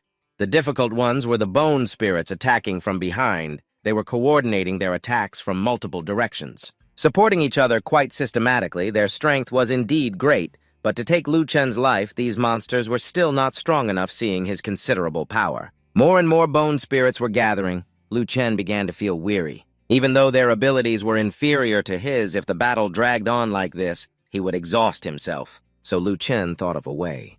Weren't they surrounded by those towering tombstones? He used his sharp sword to carve a line on the highest tombstone, then circled around to the back and kicked it down from the cut. The tombstone immediately collapsed. Several Bone Spirits couldn't escape in time and were quickly crushed by it. Lu Chen wanted to take advantage of this chaos to escape, but he hadn't managed to leave yet. He felt an immense pressure. With such overwhelming might, it seemed the real boss had arrived. Sure enough, those gigantic Bone Spirits all knelt down in a very respectful manner. The creature that had just appeared could lift that tombstone with a snap of its fingers. "Who are you to dare harm my subjects?" Lu Chen swallowed hard due to the tension under the command of that bone boss. He had been surrounded by the Bone Spirits. In front of Leuchtron was not an ordinary skeleton. It was a level unknown spirit lord, and the system warned that Leuchtron could not defeat this enemy at the moment. He needed to retreat quickly. The fact that he couldn't see the opponent's level indicated it was at least 20 levels higher than him. Leuchtron was not foolish enough to try to fight it head-on. But the problem was that he was now surrounded by layers of skulls, and escaping was not going to be easy. The Spirit Lord began to slowly advance on his path. He unconsciously stepped on a withered skull, causing its skull to crack open immediately. Leuchtron felt even more tense. He couldn't even slice that skull with his tongue. Yet this one just needed to step on it to shatter it. "Accept your fate, you little brat," the Spirit Lord said in a cold voice completely unlike someone joking. With each step he took, the ground began to crack. Luke Tran felt his mind go blank. How terrifying was this power? How was he supposed to deal with such a terrifying opponent? Suddenly, an idea flashed in Luke Tran's mind as he looked around. After a while, he had determined the direction to return to the icebound territory, and at that moment, the Spirit Lord had also reached in front of Luke Tran. "Do you have any last words?" Luke Tran had regained his earlier fearful demeanor and mockingly raised his middle finger, laughing. No matter that the opponent was a Spirit Lord. What are you trying to threaten with a broken tombstone? And you dare to call yourself a king? If you're so capable, go ahead and smash me with that tombstone. Luke Tran's attitude left the Spirit Lord stunned for a few seconds, his anger reaching a peak as his right hand raised high into the sky. A red light emanated from his fingertips, making it feel oppressive. "You will pay for your arrogance," he said, as he lowered his hand, sending the tombstone flying toward Luke Tran. The direction it flew was the same as the way back to the icebound territory. Seeing his opponent fall into his trap, Luke Tran secretly rejoiced. He timed it perfectly and jumped onto the tombstone as it hurtled toward him. "Goodbye, skull." As Luke Tran soared past, the skulls could only stare blankly at each other while the Spirit Lord was so furious that he lost his usual arrogance. "What are you standing there for? Hurry up and chase him," he shouted. The skulls finally snapped out of it, but it was too late to catch Luke Tran as they chased him to the edge of the great graveyard. They found the large tombstone left behind. Luke Tran didn't even waste time escaping. He carved a few words on it, thanking the Spirit Lord for the large tombstone. He even carved a big heart shape. The skulls looked on bewildered, noting that the letters were beautiful and the heart was lovely. The Spirit Lord was so enraged by his subordinate's ignorance that he almost spat blood. His entire body radiated killing intent, making everyone fear him, and the skulls could only lower their heads. They begged their lord to calm down. He then issued a bounty for Luke Tran. As soon as he was found, he was to be killed without mercy. But how could they catch Luke Tran when he had already returned to the icebound territory to report his mission? After Tuluan received the 10 fingers, the mission was officially completed. Luke Tran leveled up again, gaining 1,200 experience points. He also received 5 prestige points and a piece of equipment, a glowing wrist armor that increased his physical resistance by 8 points. It also provided 4 points of magical resistance and 2 points of strength. Luke Tran quickly put it on. This wrist armor seemed to match his chest armor well. Finally, he had a new piece of equipment. It seems to fit with the breastplate, doesn't it? Finally, there's new equipment. Taking another step towards completing the full-body equipment, Luke Tran mumbled that his attributes had increased significantly, although he still couldn't directly confront the Lord of the Undead. However, he could still fight against the skeleton heads to level up.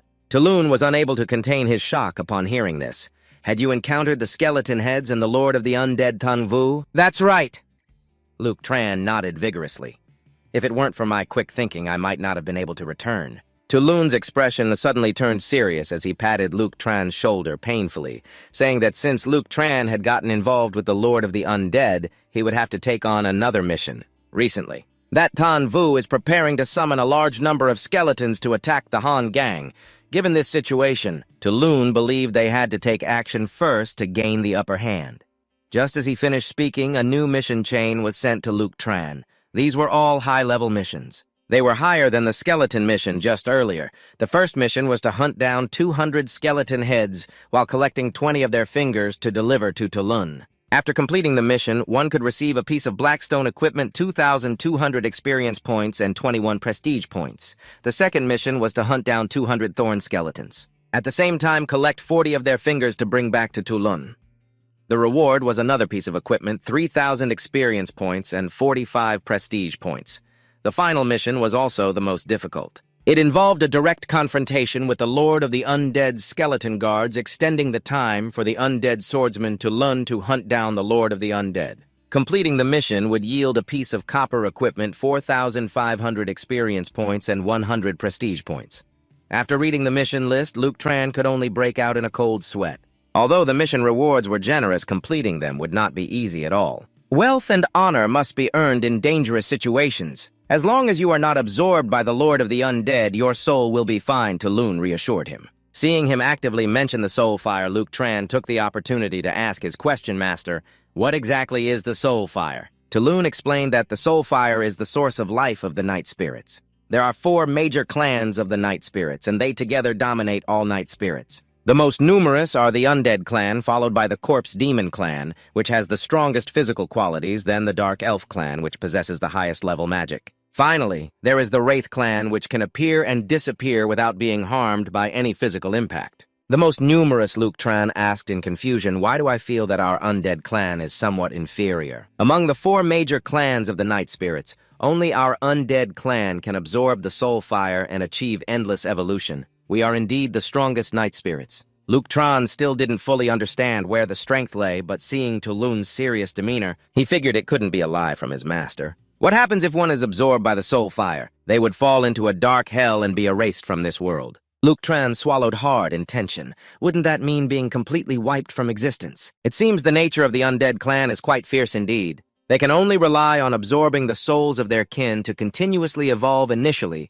just a simple undead, then leveling up to become an undead commander. After that, they become the Lord of the Undead, and finally, when enough soul fire is absorbed, they can even become the most powerful existence in the world. The Night Spirit, the absolute ruler, the Night Spirit King, or by another shorter name, the Asura. Master looked at Luke Tran, who was deep in thought, and continued speaking. Asura is an unending path of evolution, a glorious responsibility of the undead clan. He no longer has a chance, but Luke Tran has awakened the unique undead power. The future will surely succeed. He encouraged you, Luke Tran, who nodded slightly and then said he wanted to hunt the green skeletons. His master reminded him to be careful. He is the hope of the undead clan. Luke Tran's figure quickly disappeared, so he did not hear his master's subsequent words, which were that he was also his hope outside the green skeleton graveyard. The level 15 green skeletons were guarding this place. At this moment, a level 3 messenger crow also flew over, cawing a few times. The green skeletons looked at it in surprise, somewhat suspicious as it kept cawing upwards. Was there something up there? Another one shook his head in denial, saying not to joke around. The tombstone is so high that nothing could climb up there. This statement is not wrong. These tombstones are indeed very high. They thought it was just some other birds resting on top. However, there was indeed someone up there, Luke Tran, who was hiding on a tomb waiting for the green skeletons to leave before he breathed a sigh of relief. He almost got exposed. He had to patrol elsewhere. Luke Tran avoided the green skeletons and then patrolled. After half an hour, he had a clear understanding of the situation. Outside the green skeleton graveyard, there were 8 patrol teams, each with 5 members and a messenger crow for communication. He had to take out the crow first so they couldn't call for help. The most troublesome part was that every 10 minutes, 2 teams would meet. In 10 minutes, he had to eliminate 2 teams while avoiding detection, and then every 10 minutes, he had to eliminate 2 teams similarly. This was indeed a great challenge for Luke Tran. He pondered for a moment, and then decided to take action, waiting for the green skeletons to leave. After waiting here, he started the timer and then attacked without saying a word. The first group of green skeletons was caught off guard, and they were somewhat startled. They shouted loudly, but unfortunately, before they could see anything, Luke Tran's sword had already severed the crow's body. The initial communication had succeeded. His speed was too fast. The green skeletons basically couldn't keep up. With every strike of his sword, a green skeleton fell, and disgusting slime splattered everywhere in the air as he began to use his skills. In an instant, faint purple rays appeared. The green skeletons were afraid that after he used his skills, they would be doomed. One of them aggressively charged forward, pointing at him. But Luke Tran had completed the skill operation, and the sword light struck the green skeletons like lightning. The speed of the sword light was so fast that the naked eye could not see it, and the green skeletons could not keep up, thus taking the full brunt of Luke Tran's skills. However, Luke Tran still felt he was too slow. He had to be faster. He didn't have much time. Before long, all the green skeletons had fallen, leaving only a single green finger bone floating in the air. Luke Tran saw this scene and felt somewhat dissatisfied. The drop rate was too low. The clock was now nearing 2 minutes. Luke Tran knew he didn't have time to use the Death Fan skill anymore. At this rate, in 7 minutes, he would meet the second team, meaning he had to resolve each battle within 1 minute, which was somewhat difficult. Time passed quickly. A moment later, strange flashes of lightning suddenly appeared in the sky. This astonished the patrolling green skeletons. What was happening? But when they saw the corpses of the green skeletons and the messenger crow on the ground, they were even more terrified. All 8 teams had been wiped out. If they didn't change shifts, no one would notice. The level of the patrolling green skeletons had increased, and there was a name. They hesitated to report to their master or not. But another one stopped them, saying that today they had already let that person escape once, which had already enraged their master. If this happens, the master will be completely disappointed with them. As soon as this was said, the blue bones behind also nodded in agreement, feeling it made sense. Minbok, the leader, continued to give orders. Double the number of patrol teams and double the equipment for each team with 4 messenger crows. Expand the search area. We must capture the troublemaker. On the other side, Luke Tron was hiding in the life zone, quietly checking the remaining number of blue bones. Currently, he had only taken down 40, and he had only collected 4 finger bones. To complete the mission, it would take a long time. He could only go deeper into the tomb area to hunt further. However, Luke Tran still had some gains. He had leveled up to Thap Tam after taking down 40. Completing the mission would allow him to reach level 15. He wondered what his rank was now. He thought for a moment. He couldn't help but check the leaderboard. Seeing the top player, he couldn't help but sigh.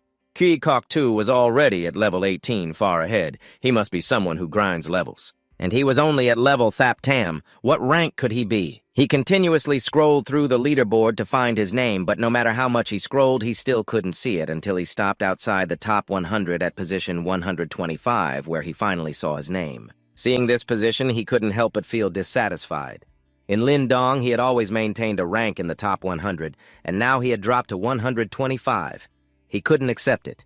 He had to get back into the top 100.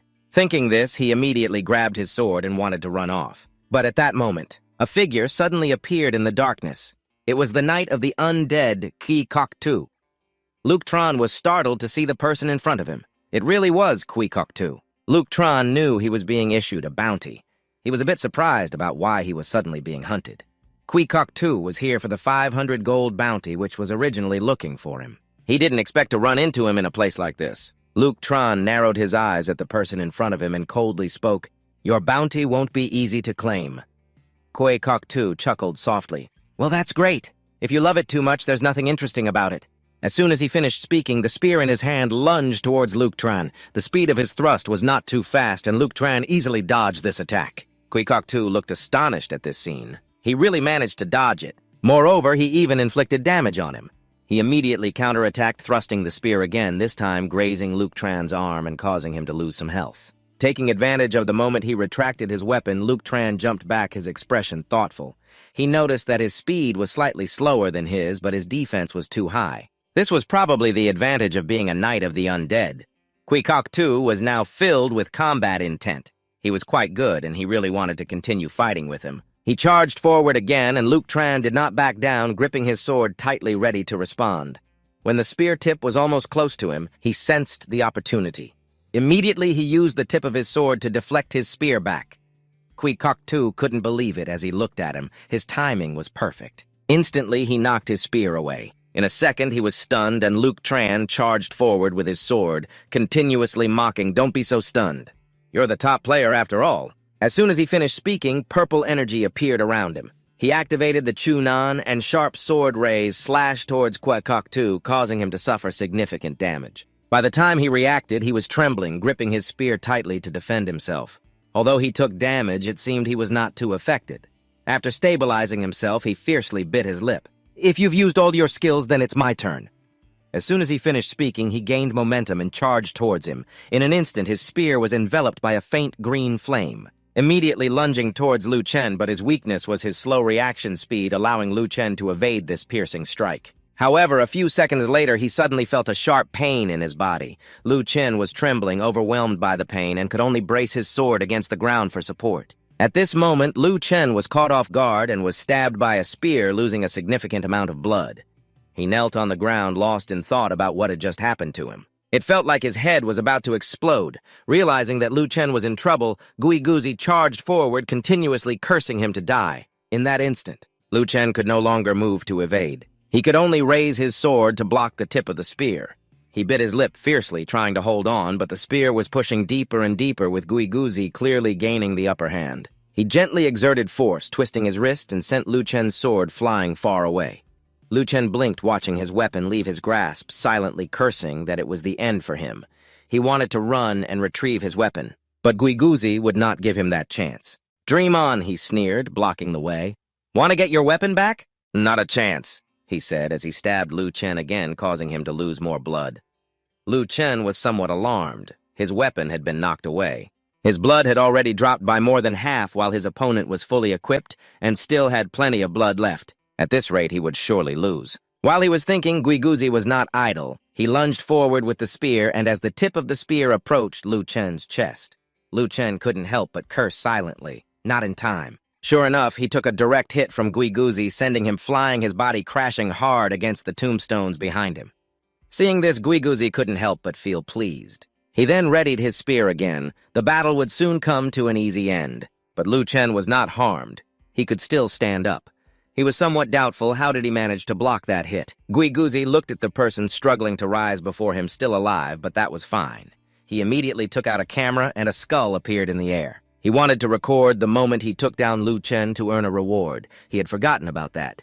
Next, he would fight a proper match, but when he saw Lu Chen's actions, he was somewhat astonished. He saw Lu Chen intently staring at the leaves in front of him, and suddenly beams of purple sword light appeared from his hands. This strange action left Guiguzi utterly confused. Was he cutting the falling leaves? Under his astonished gaze, the leaves that were falling aimlessly in the air were suddenly sliced into 100 small pieces. At this moment, Lu Chen laughed triumphantly. It was indeed like that. The intense headache was due to the sudden drop in latency. This feeling was all too familiar. Latency had dropped to 2 seconds. Narrowing his eyes at Guiguzi in front of him, he couldn't help but smile excitedly. Now he had a perfect test subject right here. He raised an eyebrow, provoking the person in front of him. Let's continue the second round. Guiguzi was infuriated by Lu Chen's arrogant behavior, sneering at a weaponless person daring to act so aggressively. Lu Chen slightly pouted arrogantly, stating dealing with him only requires 2 fingers. He dared to underestimate him. Guiguzi gripped his spear tightly and lunged forward. At this moment, he was truly filled with killing intent. He wanted to use this strike to finish Lu Chen off. Lu Chen clearly felt the overwhelming momentum, but he remained calm, casually raising a finger to block the spear. A moment later, the tip of Guiguzi's spear was pushed aside. His speed was far too slow for this scene. This left Guiguzi unable to contain his shock. Using just 1 finger, Lu Chen easily deflected his attack. This was something he could not accept. Continuing the attack this time, he used a series of piercing strikes. Each spear seemed to shatter into many pieces, rushing through the air, but the result was still the same. He was still casually pushed back by Lu Chen's finger, who squinted at the person in front of him, mocking the Ghost Valley child. Your attack is useless. The Ghost Valley child certainly would not admit defeat, coldly saying, Don't be so arrogant, those are just ordinary moves. Let's see how you can block this. As soon as he finished speaking, the spear in his hand transformed into a sharp spear and thrust forward, but Lu Chen remained calm, standing there. He smiled lightly, his tone filled with disdain. With an attack like this, why bother blocking? He did not move or dodge as the spear sliced directly through him. But what shocked the Ghost Valley child was that the spear had passed through him, yet it caused no harm. For a moment, he was stunned, and Lu Chen had already approached him, reminding him that this was not the time to be dazed. Then he directly punched him. The Ghost Valley child had no time to dodge and took the full force of Lu Chen's punch, unable to detect when Lu Chen had reached his position. What just happened naturally?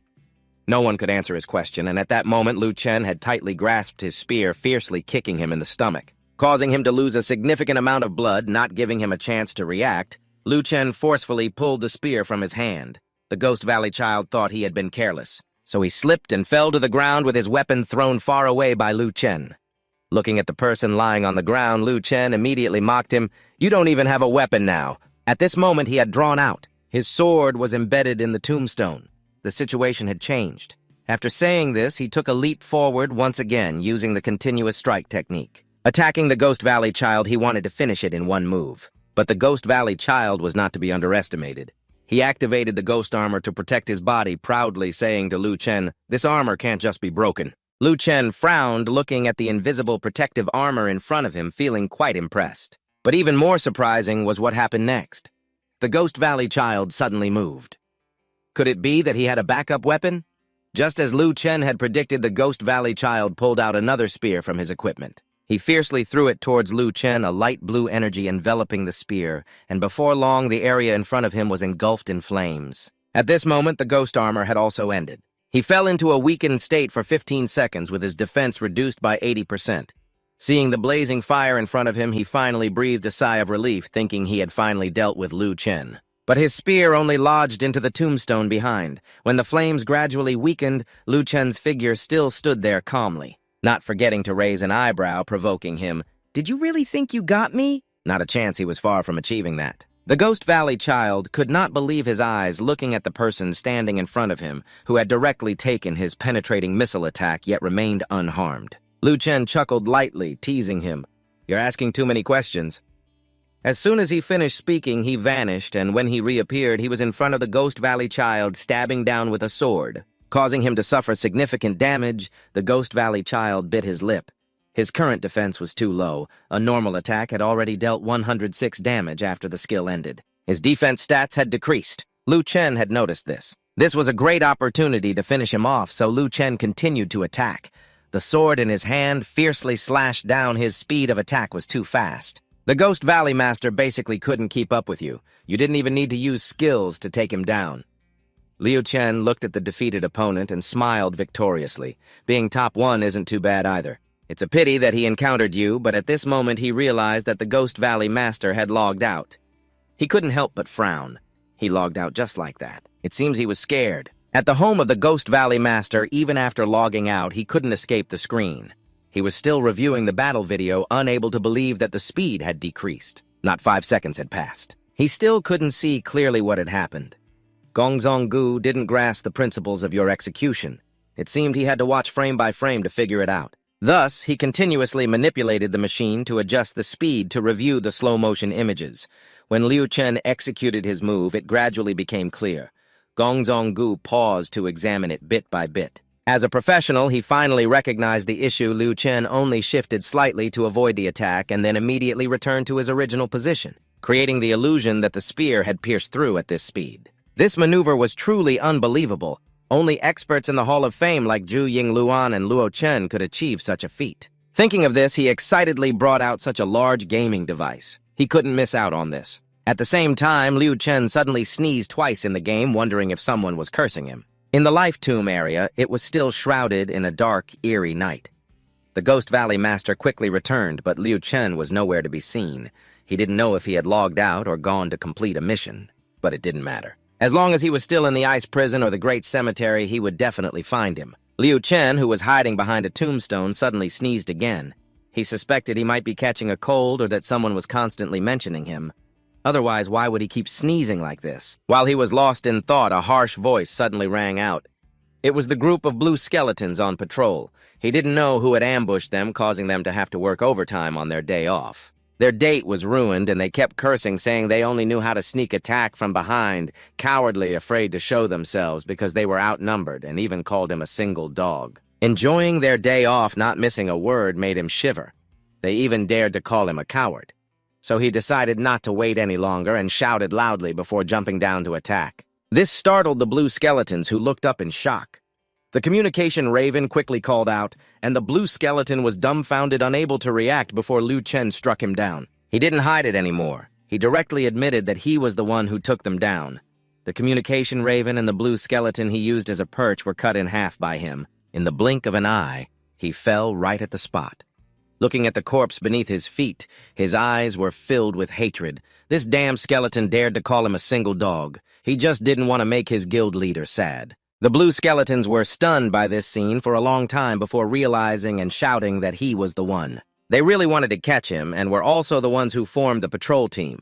In an instant, the communication raven covered the sky, and the leader quickly ordered the others to follow him. At the same time, the communication raven in the sky emitted an alarm. The 6th team in the tomb area was ambushed by enemies.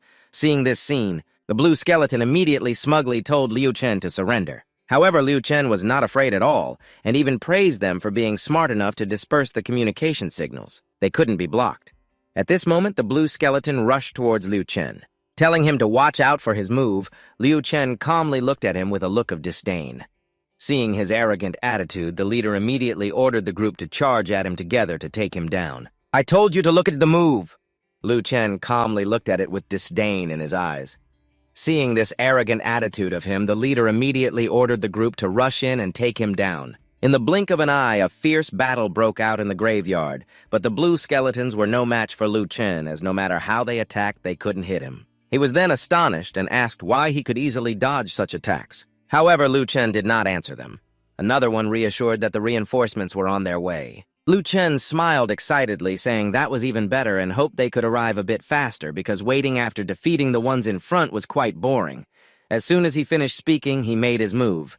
The faint purple energy danced continuously in the air, moving so fast that it was invisible to the naked eye, followed by the sound of frantic screams. The green graveyard was filled with the notification sounds of the crows relaying messages as the patrol teams were continuously ambushed, but Lu Chen kept changing direction. This made it impossible for them to predict his moves. The captain of the Blue Skeletons, upon hearing that the 8th team was ambushed, ordered the skeletons to rush eastward to prevent Lu Chen from escaping, but while they were running, Lu Chen was also running towards them.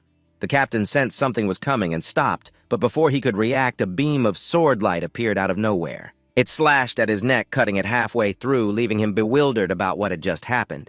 He hurriedly asked the blue skeletons behind him if they were okay. Only when he looked back did he realize in horror that his soldiers had been completely taken down with 2 fingers floating in the air. The captain looked at the corpses of his soldiers scattered on the ground and shouted angrily, asking who did this. He quickly scanned the area and indeed saw a vague figure standing there. He recognized it as the skeleton he had been searching for, but Lu Chen in front of him did not pay attention to him. He was still lamenting that he had not yet achieved the speed and accuracy he had before. He had let one lucky survivor escape after a hunting session, having collected 215 blue skeletons and 19 fingers, which was still not enough. The ignored captain, furious, continued to question him. "Weren't you in the eastern graveyard?" Lu Chen raised an eyebrow at him, mockingly laughing that their reinforcements were too slow, so he had to come here himself. Speaking of which, the sword in his hand showed signs of wanting to attack again. Enough with the nonsense, it was time to finish off the last one. The captain, whom Lu Chen looked down upon, angrily cursed him for being a loudmouth. He swung the mace in his hand, wanting to smash it down, but unfortunately his speed was too slow. Lu Chen dodged to the side, avoiding his mace as it smashed down onto the ground. He did not expect to miss, but even more unbelievable was that behind him, Lu Chen's figure was like a ghost, appearing and disappearing with the sword enveloped in purple energy. It began to violently strike the captain's body, and within a few seconds the captain was slashed down to the ground, dropping the last finger item, completing the mission. The system quickly sent a notification congratulating him on completing the mission and instructed him to go to the icebound fortress to claim his reward. After finishing the mission, Lu Chen thought about his new skill. With a delay of only 0.2 seconds, dealing with the blue skeletons was as easy as pie. The icebound fortress, a place that is perpetually frozen, was where Lu Chen had arrived as instructed by the system to claim his reward. He wondered what the black stone he would receive this time would be. He hoped it would be a pair of gauntlets. After receiving the reward, he still needed to find a place to repair his damaged weapon. After the battle, his sword had been chipped quite a bit. Just then, Lu Chen suddenly stopped in his tracks because he heard crying coming from somewhere. A few seconds later, a group of people suddenly appeared carrying a somewhat gloomy coffin. Lu Chen stared blankly at the group approaching him. The leader was still crying, lamenting that such a young person had passed away, throwing out round white papers. Lu Chen frowned slightly. The patrol team had perished and everyone was gone. This must be a hidden mission that he could not afford to miss. Thinking for a moment, he immediately greeted the person in front, asking what was going on. He was the fakir captain of the fucker patrol team, and as soon as he heard the noise, he quickly looked up and saw him excitedly grabbing his hand and saying the patrol team. Something big has happened. He could only find the body, but the head was missing. After hearing this, Luke Tron pretended to be indignant and chimed in, saying it was outrageous that the patrol team had to be responsible for protecting Han Bang Kwang. Therefore, he couldn't go for revenge. Luke Tran listened and displayed a look of outrage, cursing that iron-backed bear for ambushing him. As soon as he said this, Faker immediately trusted him and praised him for being understanding. The future would surely be bright. Without hesitation, Luke Tran nodded in agreement, assuring him to rest easy. Thus, he received the mission to take down the iron-backed bear, worth 20 reputation points and 2,000 experience points. After looking at the mission notification, Luke Tran couldn't help but frown. This mission had a time limit, and it seemed he had to set off immediately. Upon hearing this, Faker pointed him in the right direction. 500 meters to the east, there was a Necromancer's forge. He immediately thanked him and then hurried east. The Necromancer's forge was not far away, an ancient building. In front, there was a skull. Luke Tran arrived shortly and looked up at the house in front, falling into contemplation. This was the Necromancer's forge, but there seemed to be a problem with the blacksmith. The respected village chief had a sign saying "Blacksmith" hanging around his neck. Luke Tran suspiciously asked if he was also a blacksmith. He calmly admitted it and proudly claimed to be versatile with many talents. He stood up from his chair and walked over to Luke Tran, saying it had been a long time since they last met. If he wanted to enhance, repair, or decompose equipment, he honestly said he was there to repair it. but this job required strength. Could the village chief handle it? The village chief smiled at him, then removed his black cloak, revealing his sturdy body.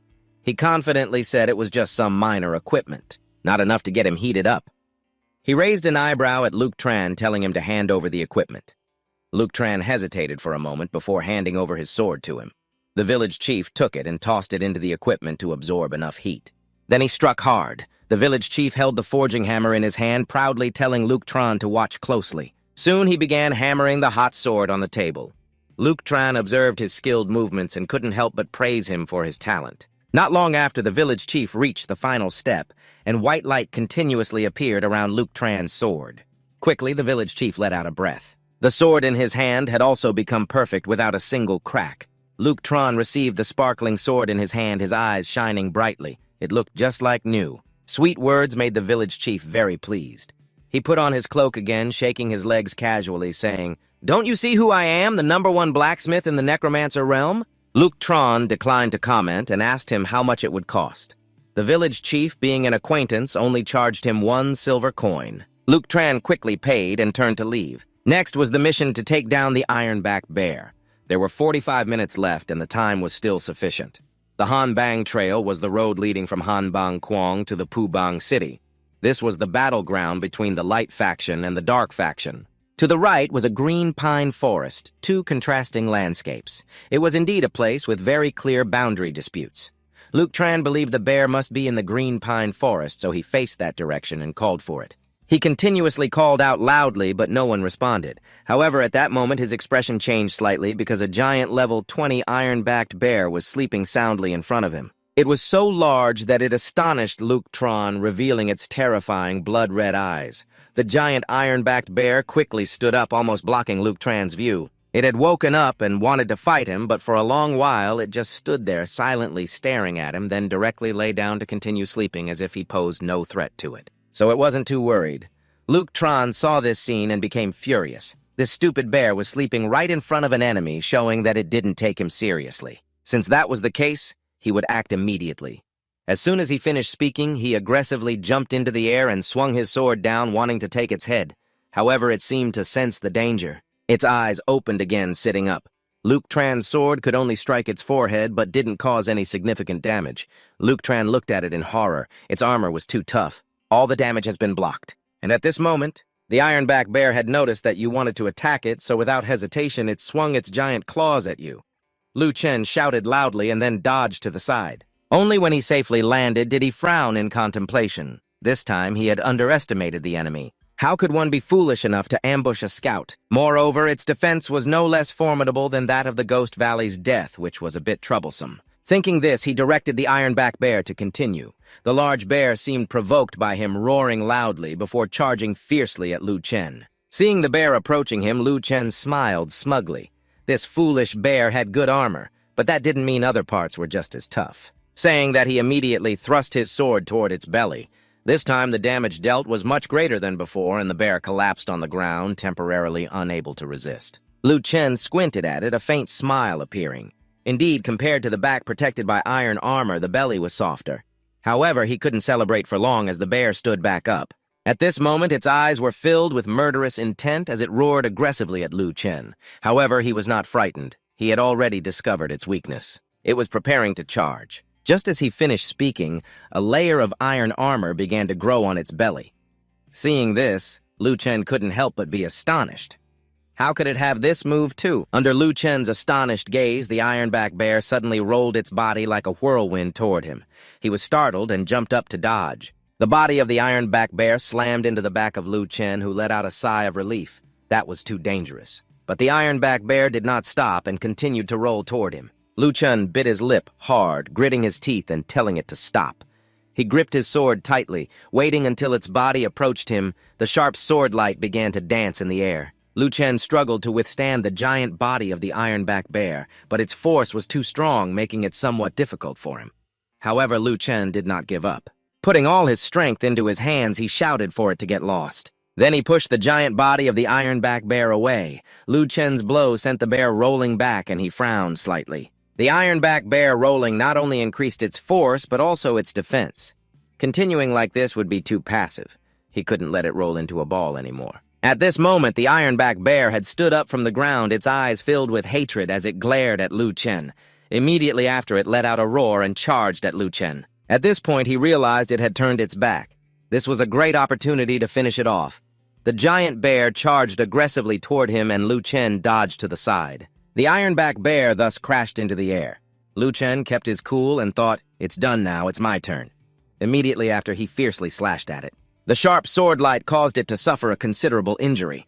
The ironback bear, in pain, glared at him, and before Lu Chen could react, it counterattacked again. Startling him, he stepped back.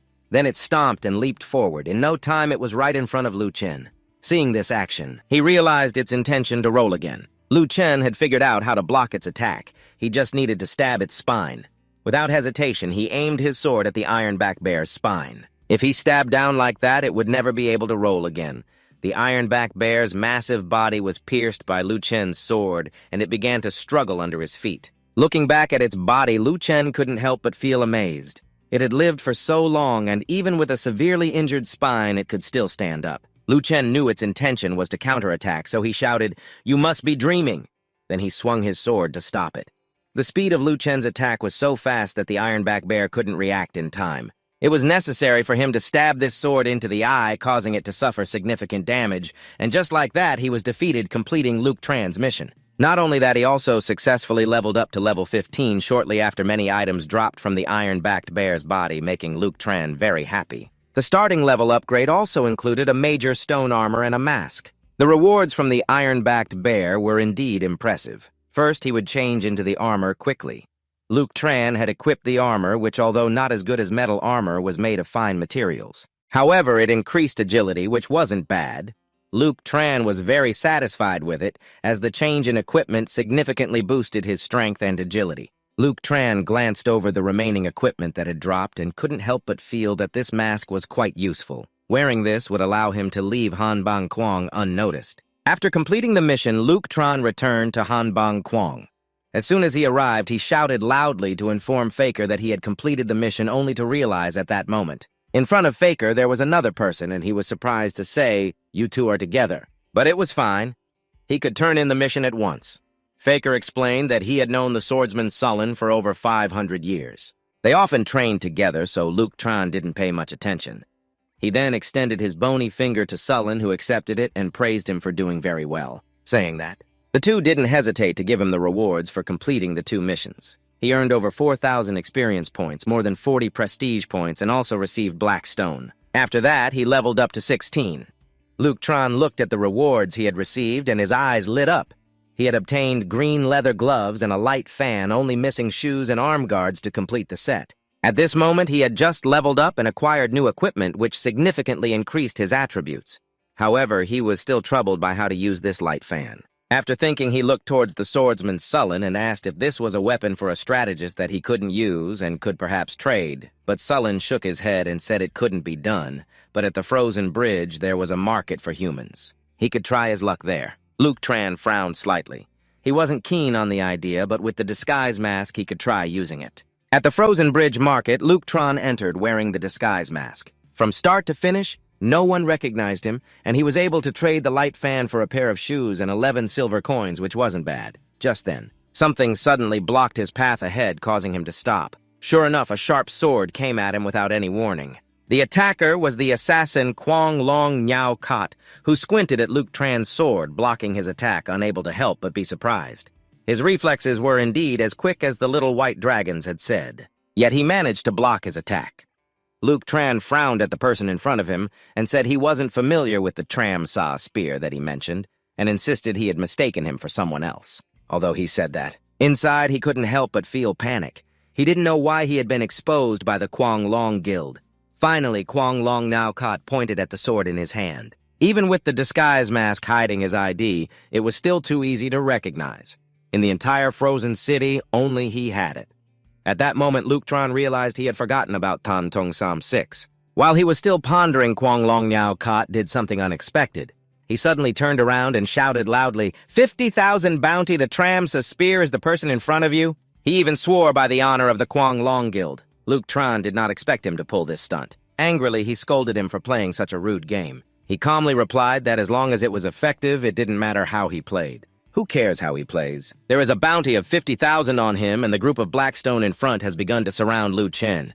The arrogant Long raised his eyebrows and smugly told Lu Chen to surrender. Lu Chen squinted at the group in front of him, his eyes showing disdain. To think they could take him down was truly laughable, and he immediately drew his sword. His posture clearly indicated he wanted to attack. The arrogant Long was on alert, knowing he was about to strike. However, Lu Chen suddenly turned and ran away, leaving everyone stunned. A few seconds later, he reacted and chased after this scoundrel who dared to play tricks. While chasing Lu Chen, he contacted his men to inform them that Lu Chen was running towards the Ice Crystal Canyon and to quickly gather teams 1 and 2 to ambush him outside the gorge. But the person on the other end said they couldn't mobilize anyone. Hearing this, the arrogant Long was immediately alarmed. The other person quickly explained that the phantom wind had wreaked havoc at their headquarters and the president had led the entire team to hunt her down. The arrogant Long couldn't help but bite his lip and curse, "Damn it, the deep sand strike hasn't been resolved yet, and now we have to deal with the phantom wind. There's no other choice." He had to instruct them to handle the phantom wind while he dealt with the deep sand strike alone. Meanwhile, Lu Chen had run to the nearby pine forest. The ice crystal path could be crossed through this green pine forest. He was now in the safe zone of the Ice Crystal Canyon. But man proposes and heaven disposes. Lu Chen sensed danger approaching as the arrogant Long had caught up. Without hesitation, he attacked Lu Chen with dual blades. Lu Chen hurriedly raised his sword to block pushing him away with force, while continuously cursing him for being a persistent dog. The arrogant Long snorted coldly and glared at Lu Chen. He scolded that Lu Chen's continued existence would harm the reputation of the Mad Dragon Society, so he had to disappear. Lu Chen glanced around but didn't sense anyone else nearby. He looked at him and asked if he was alone. Hearing this, the arrogant Long's alertness rose. He seemed ready to use a skill. Sure enough, as soon as he finished speaking, Lu Chen began to use the sword aura, and the sword energy started to dance in the air, creating a sense of danger that made the arrogant Long quickly dodge Lu Chen's sword energy. The scene was astonishing to Lu Chen. He could actually avoid it. But even more surprising was that suddenly another person appeared behind the arrogant Long. Lu Chen frowned slightly, wondering why that person was here. As soon as he said this, the arrogant Long was taken aback. The person he mentioned was who he turned to look behind and saw the Ghost Valley child who was also observing Lu Chen. Because he was wearing a mask, the Ghost Valley child didn't recognize him immediately. He only felt a bit familiar as he observed Lu Chen's equipment and the green sword. After a moment, he recognized Lu Chen, and in that instant of realization, he threw the wolf in his hand towards Lu Chen. The arrogant Long quickly jumped aside to avoid it, while Lu Chen calmly used his sword to slice the wolf in half. Anger flashed in his eyes. Yet another complication had arisen. With one attack failing, the Ghost Valley child charged in with a spear from the battle that day. It had been a long time since they last met. Lu Chen snorted coldly, telling him to stay away. He didn't want to see him at all. As Lu Chen spoke, he dodged his attack and the spear struck the ground. This caused rocks to fly everywhere. On the other side, the arrogant Long watched this scene in astonishment, realizing they had a grudge against each other. Thinking this, he quickly seized that opportunity to propose that the Ghost Valley child cooperate with him. However, the Ghost Valley child didn't take him seriously at all and struck him down with a spear right on the spot. The arrogant Long was shocked that the Ghost Valley child actually attacked. Weren't they enemies? Why did he attack him, but no one answered him and he quickly lost his life? The Ghost Valley child looked at the person in front of him. The tone is filled with contempt for the battle of the strong who don't need that kind of style. The arrogant one, unwilling to back down, gritted his teeth and warned that the madmen would not let go of the Demon Valley Master.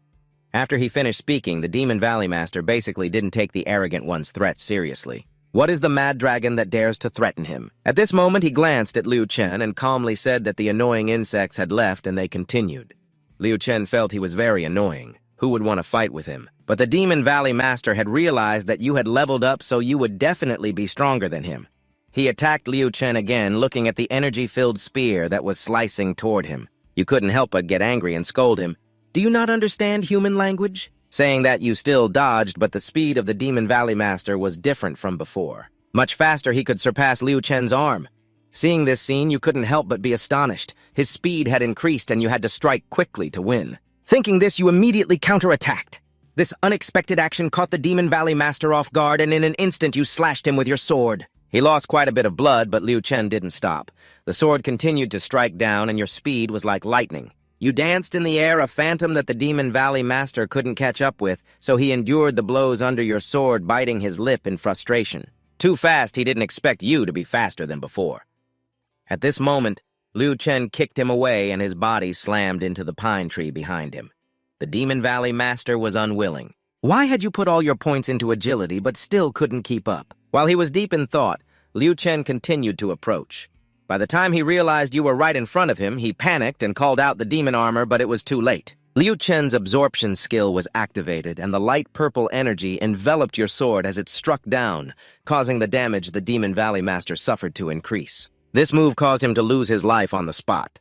Liu Chen sighed. He finally dealt with it neatly, and then he withdrew. However, he hadn't taken a few steps when the Demon Valley Master resurrected.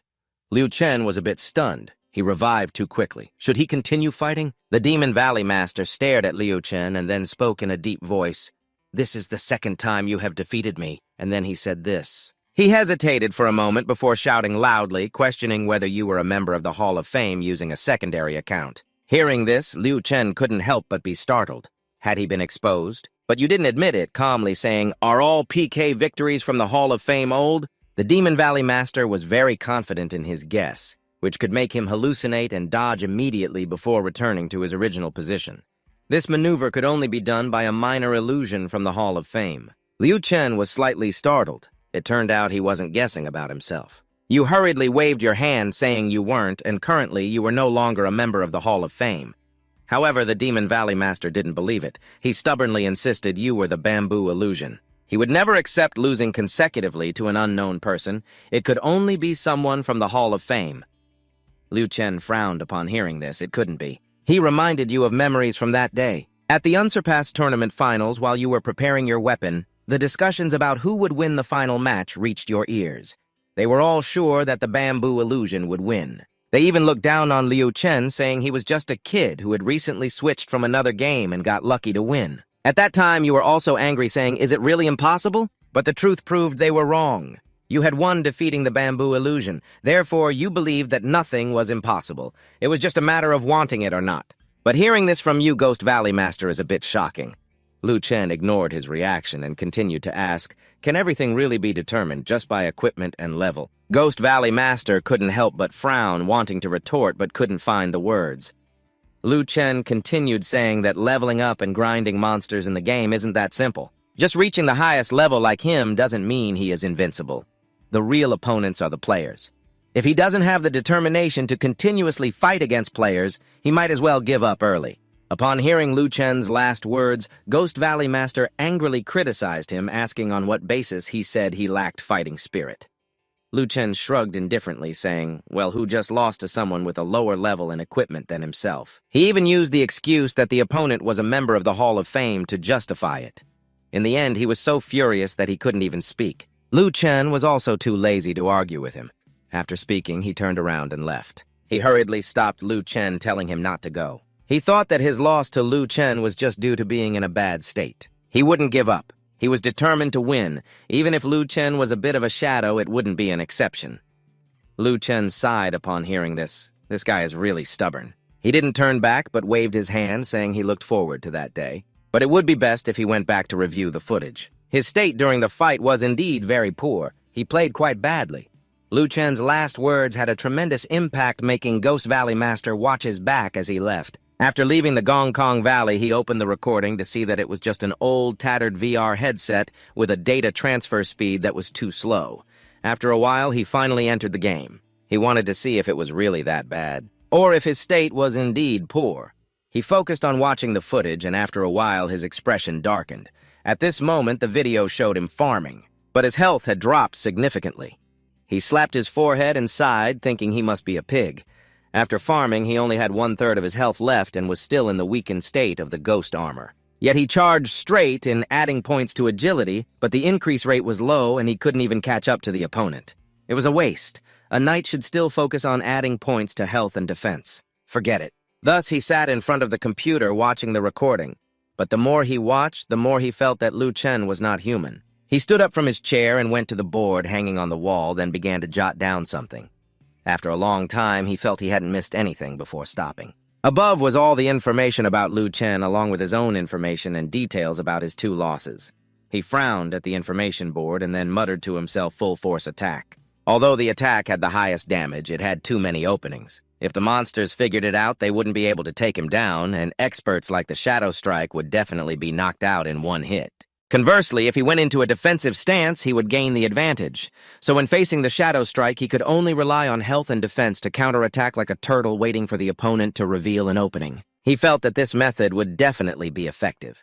His eyes now revealed a fighting spirit. He was determined to take down the Shadow Strike. On another front in the residential area of Hanbang Kwang. This is the resting place of the night spirit species located in a coffin that can help the night spirit warriors reduce fatigue. Lu Chen had returned to this place. He couldn't help but curse, feeling a bit too sleepy. He had stayed up all night again. He prepared to climb into the coffin to log out and go to sleep. But someone deliberately didn't give him that opportunity. Ghost Valley Master had chased him to this place and ambushed him from behind. Lu Chen jumped into the air to dodge his spear, which struck the coffin behind him. Lu Chen angrily scolded him, asking if he had gone crazy. Breaking the coffin is a sign of divine punishment. The Ghost Valley Master squinted at him confidently, stating that he had studied the recordings and found a way to defeat him. This time he would not lose. Hearing this, Luke Tran looked at him like an idiot. He really thought that just studying the recordings would allow him to fully understand him. If he believed that, then he should just try. Shortly after, the two quickly charged at each other to fight. The two sources of energy collided, creating a loud explosion. Before long, the Ghost Valley Master was defeated, while Luke Tran leisurely sat on the tombstone drinking energy potions. He had indeed found a defensive counterattack strategy, but it was still lacking a bit. A moment later, the Ghost Valley Master revived again, looking at Luke Tran with a triumphant smile, claiming he lasted 18 minutes this time. He still wanted to continue challenging Luke Tran, but the result was the same. He was still defeated by Luke Tran, then revived again to fight and was defeated once more. It was a vicious cycle. Even though he had downgraded, he did not stop. He continued this way, making Luke Tran truly feel annoyed. This time, he did not just defeat him, but broke him. His spear ground his teeth, cursing him to stop already. The Ghost Valley Master had been reduced to level 15 by Luke Tran, but he seemed to still be unaware of the issue. Luke Tran aggressively kicked him, telling him to calm down.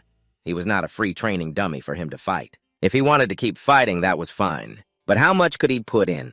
Hearing this, the Ghost Valley Master clenched his teeth and remained silent. The large graveyard was filled with thorny vines everywhere. Luke Tran had come to this place to complete a mission. He had just fought against the thorny skeleton connected to the 13, looking at him, who was only at level 10, criticizing why he was leveling up so slowly while he was about to reach level 20. 13, feeling uncomfortable, said he thought everyone was a monster like him. Luke Tran thought for a moment and suggested transferring him some money to buy equipment and health potions. He told him to level up quickly. 13, hearing this, happily issued a good person card for him, saying he would help update intelligence in the Ice City. Luke Tran praised him and then hung up. Meanwhile, he was fighting against the thorny skeleton. He dealt a heavy blow, causing significant damage, but only received a minimal counter damage of 5%. Realizing this, his eyes lit up with delight, telling it to struggle before dying. Then he struck again, this time even more fiercely, and the thorny skeleton fell under this blow, and he had collected 242 thorny fingers, which was enough. The mission was completed, and he had leveled up to 20, which made him very happy. He opened the leaderboard to see it had changed a lot. Luke Tran frowned, realizing that the Ice City was too fierce. He had reached level 20, but still hadn't entered the top 10.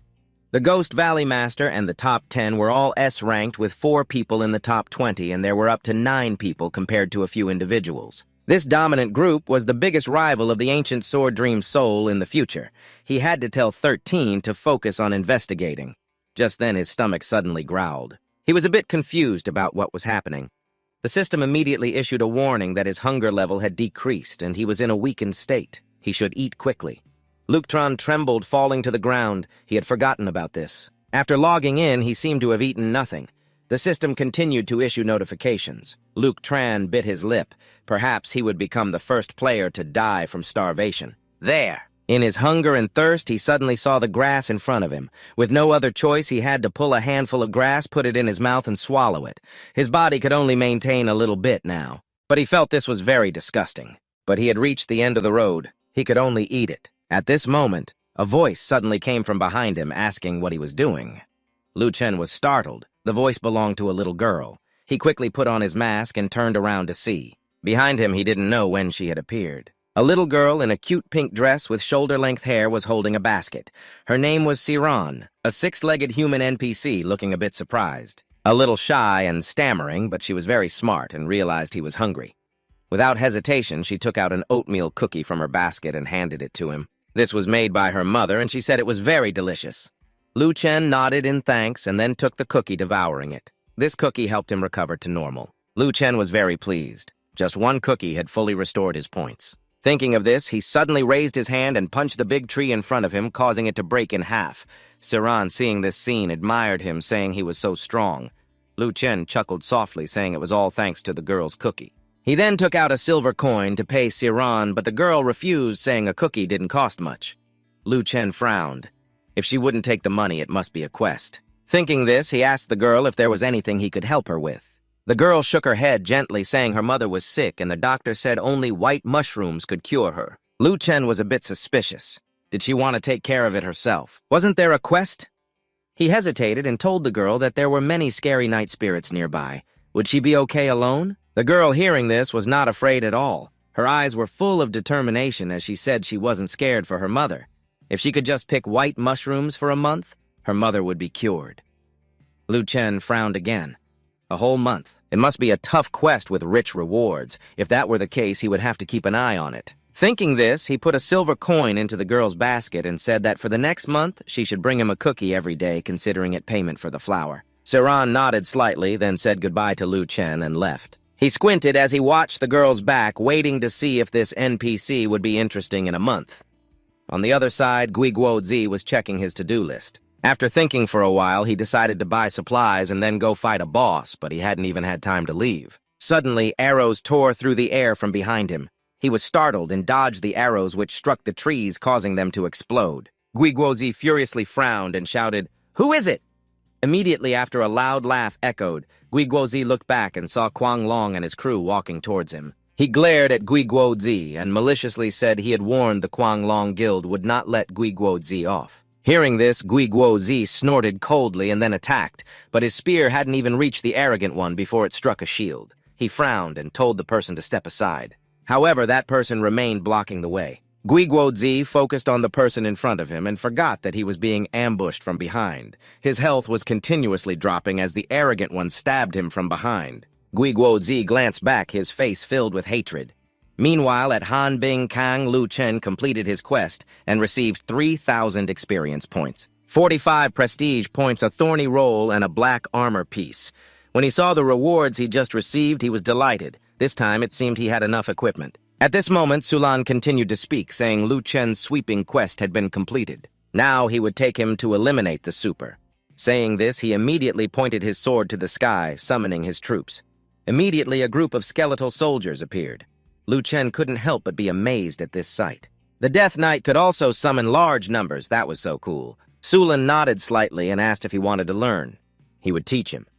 Lu Chen agreed, but they still had to complete the elimination of the super first. They quickly headed to the large graveyard. The Steel Skeleton army began to annihilate the soldiers of the super, being Lu Tran, using the Chu to take down a series of soldiers from the super, then aggressively shouted for the Rabbit Emperor to come out. As soon as these words were spoken, the armored skeletons in front could not help but be astonished. A moment later, the super appeared, leading his own army of armored skeletons, facing off against sullen Lu Tran and the skeletons. The super immediately ordered his soldiers to take down Sullen's group, and both sides quickly charged into battle, with soldiers from both sides falling in increasing numbers. The super looked at Sullen's soldiers, who were falling endlessly. Anger surged within him. The armored skeletons were no match for them. The summoned spirit assassin was utterly ineffective. To defeat the enemy, one must first eliminate the king. Thinking this, the super narrowed his eyes at Sullen, who was surrounded by the armored skeletons, then charged towards him, wanting to eliminate him. He fiercely swung his weapon at Sullen. Sullen quickly raised his sword to defend himself, and the super angrily questioned him about why he was still alive. The two sides quickly engaged in close combat, the sound of metal clashing echoing. The continuous sounds rang out as Sullen glared at the super. Not only was he still alive, but he was also just one step away from becoming Asura. Upon hearing this, the super was immediately shocked.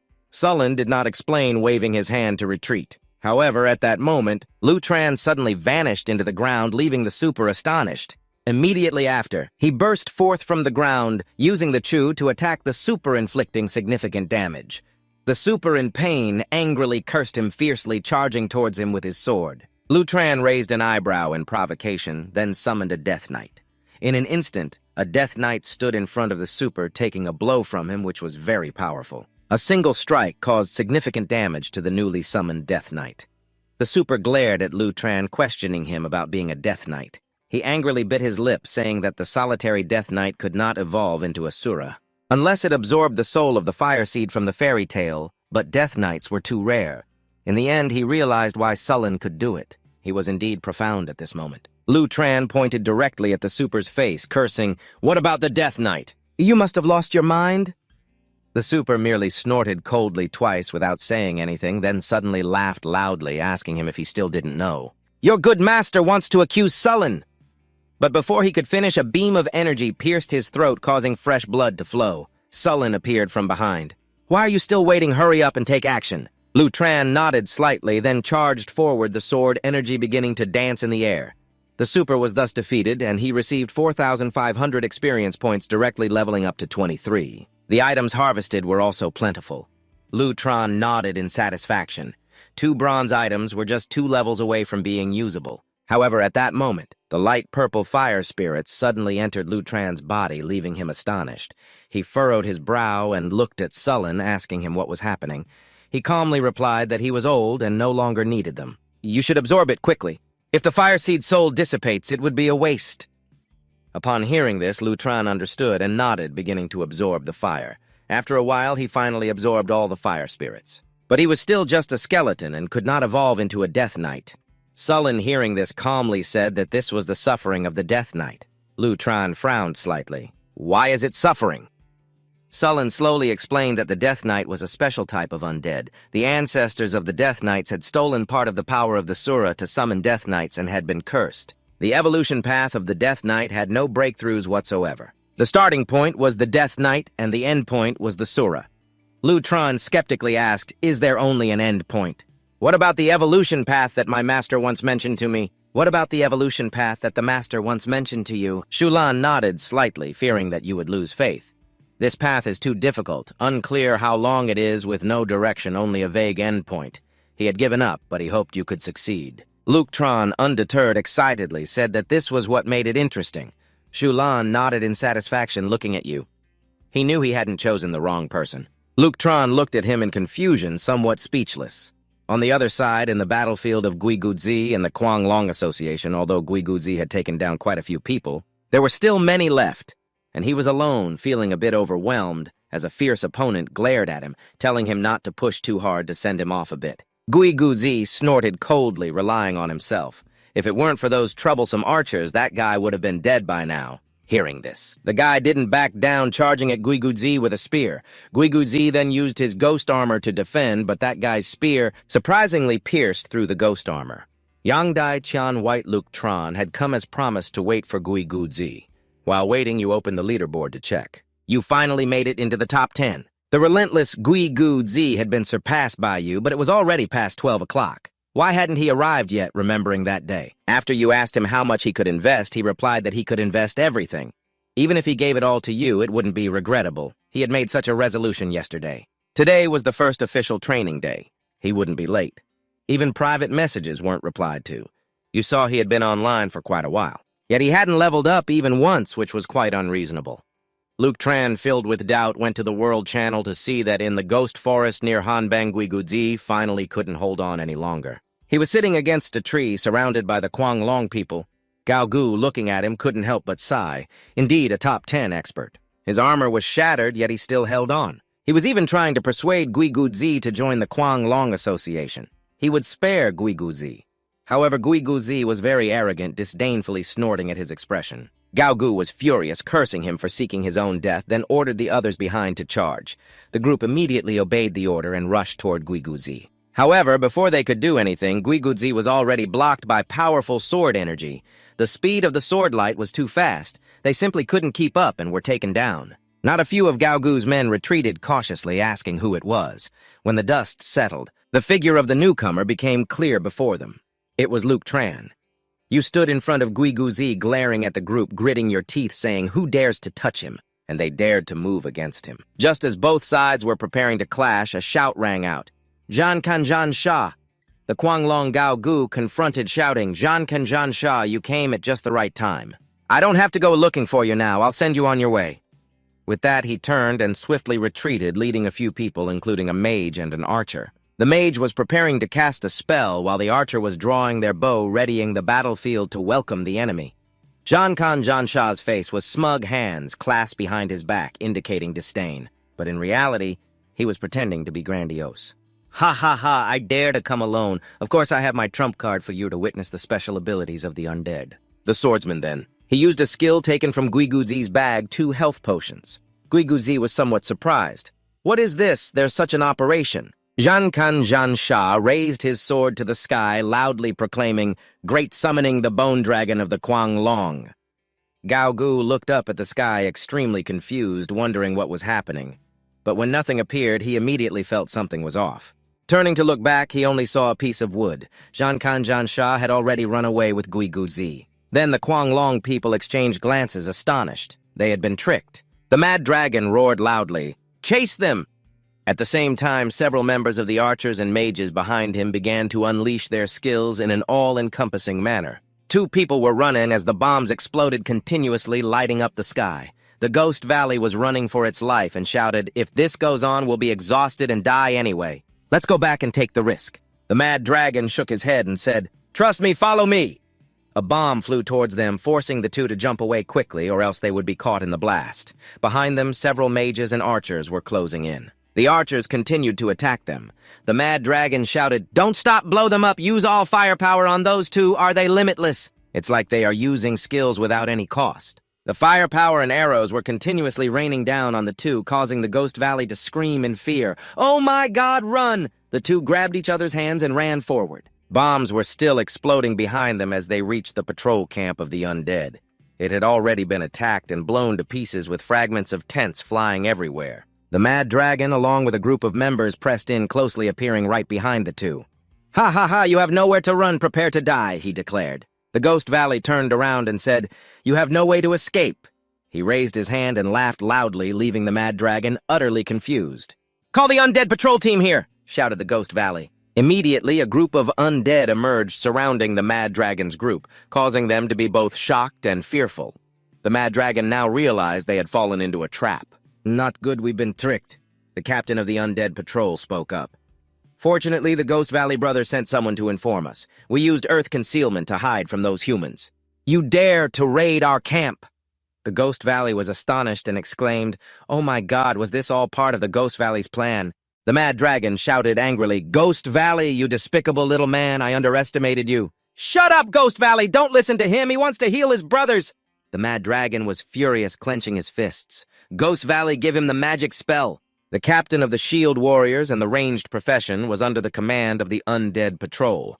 The Ghost Valley ordered, "Understood." The Ghost Valley raised his sword and charged forward, rushing towards the mad dragon. His sword transformed into a crescent blade, and the mad dragon's offense and defense had now changed. Seeing him rush in, he braced himself with both hands. The annoying captain of the mages swung his staff to suppress the opponent, kill all these humans. The undead soldiers were fighting fiercely against the mages and archers, killing them all. The ones being attacked screamed in fear, "Don't come here, help!" The Ghost Valley was facing the little dragon king, laughing triumphantly. "Ha ha ha, without archers and mages to support you, you're so weak." The Dragon King could only sulk in annoyance. The Ghost Valley did not hold back and unleashed his skills. "I told you I'll solo kill you in a few minutes." Behind the Ghost Valley, an assassin appeared. Seizing the opportunity to assassinate, the Ghost Valley shouted, and the mad dragon was thrown straight at the assassin, causing him to hesitate. The Ghost Valley was like an arrow. Suddenly, he dashed out as fast as lightning towards the assassin. He tossed a healing potion to the Ghost Valley, who thanked him for the healing. He thought to himself, "This is the advantage of team fighting." The Ghost Valley swung his sword, slicing through the waist of the mad dragon and the assassin, catching them off guard just as he was about to kill the mad dragon. Then a soldier appeared behind the Ghost Valley, thinking, "This is a great opportunity. Finally, I can kill him." "Die, you bastard!" The Ghost Valley had already reacted. He used his sword to block a dangerous blow, relying on his instincts. The captain of the mages, having just killed a mage, laughed loudly. "Ha ha ha, brothers, kill all these invading humans!" Just then, a strike came through the mage captain, causing his head to fly off. He held the head of the fallen mage. Kwang Min is on an adventure with Feng Sha Xuan Tuo. One hand holding a skull, the other wielding a sword across his shoulder with a mask and a flowing cloak. He looks very imposing, quickly surprising and defeating other mages. Does the Kwang Long Association have such a master? The Little Dragon King is fighting against the Demon Valley Master, shouting loudly that Feng Sha Xuan Tuo has finally agreed to join Kwang Long and you Demon Valley Masters are doomed. The Demon Valley Master quickly advanced fiercely, thrusting a spear at the Little Dragon King. Even if she helps you, you are still definitely going to die. The Dragon King hurriedly called for help. "Feng Sha Xuan Tuo, come save me," the Demon Valley Master mocked. "Without anyone to help you, don't know how to fight." He just chuckled because he saw Feng Sha Xuan Tuo flying quickly toward the Demon Valley Master, thinking she would help him, but unexpectedly she glided past the Little Dragon King and struck. The head was severed. The Little Dragon and the Demon Valley Master looked on in confusion. Aren't they on the same side? Then Feng Sha Xuan Tuo turned and slashed at the Demon Valley Master. Both the Little Dragon King and the Demon Valley Master fell down. Tramcan Tram Se was extremely worried about the Demon Valley Master. Tramcan Tram Sa rushed toward Feng Sha Xuan Tuo, raising his sword to strike at her. "What do you really want?" Chunan Feng Sha Xuan Tuo spun around to dodge the sword. Taking advantage of the momentum, she spun around dominantly, using force to attack and slash right at the neck of Tramcan Tram Sa. She was truly terrifying. With just one strike, she caused everyone to die in an instant. The ground was covered with corpses while she was spinning the camera to collect rewards. A message appeared. "Demon Valley Master, oh my, this woman is too strong. She cleared everything by herself in no time." Tramcan Tram Sa replied, It's just a coincidence. Anyway, everyone's blood isn't enough. If we don't leave now, we might forget to turn on the camera for the rewards and want to keep our corpses." He looked over at the Demon Valley Master and sent a message. "Here near the Ghost Patrol camp, we revive faster. I'll count to 3. Let's revive together and kill her. Once done, retreat." The Demon Valley Master replied, "We can't let her easily collect the bounty." The counting began. 1, 2, 3, Tramcan Tram Sa signaled to revive. At this moment, Feng Sha Xuan Tuo was standing, spinning the camera to observe the Demon Valley Master and Tramcan Tram Sa, who had just resurrected. The two of them almost simultaneously rushed in, launching the skill Chunan Manhwa. Charging forward, Feng Sha Xuan Tuo's move created a huge explosion with black smoke rising thickly. The first attack's damage was not very promising. Feng Sha Xuan Tuo quickly dodged. She grabbed the spear of the Demon Valley Master, and Tramcan Tram Sa immediately retreated, signaling for the Demon Valley Master to come here. She then directed the Demon Valley Master to use the skill Demon Armor 3 forms to block Feng Sha Xuan Tuo, who lost health, deducting 124 health points. The Demon Valley Master praised, "Well done." Feng Sha Xuan Tuo gritted her teeth and shouted, "Looking for death." Feng Sha Xuan Tuo angrily swung her sword to counterattack, but Tramcan Tram Sa managed to retreat and avoid it. Even so, she still lost 89 health points. Tramcan Tram Se had dodged, but she was sweating profusely. It was too dangerous. The Demon Valley Master was not afraid at all. A desperate thrust came in. It hit with this thrust. Feng Sha Xuan Tuo lost 221 health points, and she quickly stabbed back at the Demon Valley Master. A lowly scum dares to act so arrogantly, causing the Demon Valley Master to lose 246 health points. Tramcan Tram Se seized this opportunity to continue an ambush. He used speed and attack power to unleash a very powerful strike. Feng Sha Xuan Tuo's health was reduced by 125, and she was gradually losing her balance and falling down. She lay flat on the ground. The Demon Valley Master walked up resentfully, kicking Feng Sha Xuan Tuo. "Damn it, aren't you supposed to be strong? How come you still got killed like this? Keep the corpse for a night and see how good you are." Tram Sa, with a serious face, grabbed the hand of the Demon Valley Master. "Hurry up and withdraw. There are no ghost patrols right now. If the Kwang Long people revive, it will be troublesome." Notification displayed countdown timer for the Ghost Patrol revival, 23 minutes and 58 seconds. Tramcan Tram Sa and the Demon Valley Master turned and ran away. "No more talking, let's level up quickly." That's right outside at Hanbang Port Tram. Can Tram Sa has already killed several small monsters to level up. You eat the bread while Tam Nyen brings it to you, bowing his head to see what is happening with Tam Nyen. "You look very sad, Tam Nyen. What happened that made you unhappy?" The girl nodded, pointing into the distance, and replied, "Big brother, there's an old man over there who seems to be injured. Can you help him?" The injured old man Tramcan Tram Sa has 2 bright eyes, so he should be fine. "Please help me take care of him. Don't be sad anymore," Tam Nyen said, unable to hide her joy as she stood up smiling. "Big brother, I know you are a good person. Tram can. Tram Sa laughed heartily, thinking to himself, there's no mission notification, but checking it out is better than nothing. Deep in the wild jungle, Tram Sa discovered an old man sitting against a tree lamenting, I'm about to die. The wild bears have been killing for days and Joe has found me. With such a loud noise, he surely can't be dead. It turns out he is a wild hunter. Tram Sa stepped forward and asked in a deep voice, Sir, are you okay? The old man saw Tram Sa who looked like a skeleton and was terrified. Yes, spirit, don't come near me. Tram Sa bit his hand, realizing he forgot to wear his mask. Spirits and humans are not on the same side. After realizing he was a spirit, did he still give me a mission? After that, Tram Sa was determined to take risks. I can't let the mission slip away after it has come to me. Tram Sa knelt down, pounding his fists on the ground, pretending to be in pain, tears and snot flowing. Wah, you don't know that I was originally a small warrior of humanity. I went out to work and was bitten by a spirit turning into one, but I always adhere to the principle of rather eating grass than harming others. The old man felt sympathy for him. The old man stepped forward and patted Tram Sa's shoulder. Good child, whether human or spirit, having a conscience means you are a good person. Tram Sa nodded. Yes, I am a good person. But why are you injured here? The old man replied dejectedly, Oh, young man, I am the only hunter in the village. I came here to find some meat, but I didn't expect to encounter so many wild bears. As a result, I was attacked for 3 days. If you hadn't come today, I would have surely returned to the heavens. Tram Sa shook his head and smiled. Don't worry, I will help you out of the forest. The old man's eyes lit up upon hearing this, grabbing his hand, extremely excited. As long as you help me out of here, I will teach you hunting and cooking skills. I am a well-known hunter and chef in this area. Tram Sa also held the old man's hand tightly. Don't worry, I'll take care of this. Inside, he was overjoyed. 2 side jobs that others would envy. Here I can complete 2 tasks at once. Tram Sa just leveled up to 25, immediately equipping new weapons and a new cloak, thinking to himself, I look pretty cool. At this moment, a notification appeared showing character attributes. Character attribute information. Name Tram Sa profession. Death Spirit Swordsman, level 25, level 1.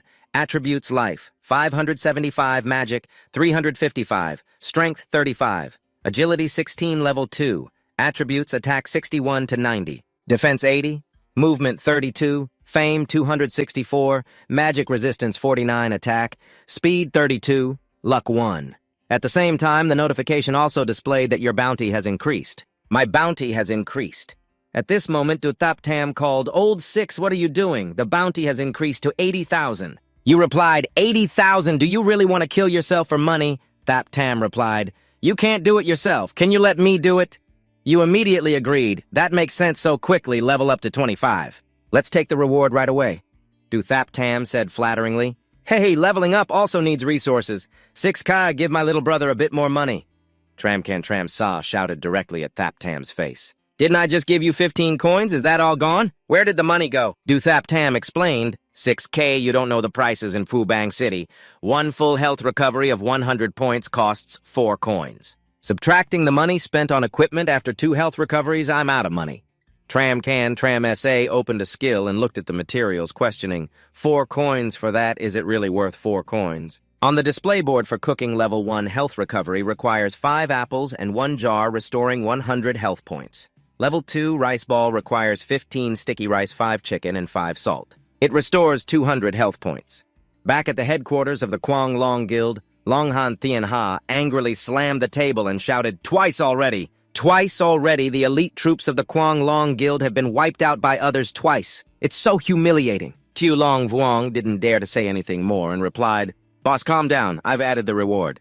There will definitely be someone who can't be killed. He will also grow tired of it. We will soon have good news. Longhan Thien Ha felt somewhat appeased upon hearing this. Let the people earn the reward to deal with them. Kwang Long Yao Kot sat beside saying, What about the restoration of Feng Sak Huyen Tuong? This woman is getting more and more outrageous. Before I followed your advice and didn't give her the reward, I didn't manage her anymore. Longhan Thien Ha coldly replied with a sneer, Let her be arrogant, I have arrangements for her.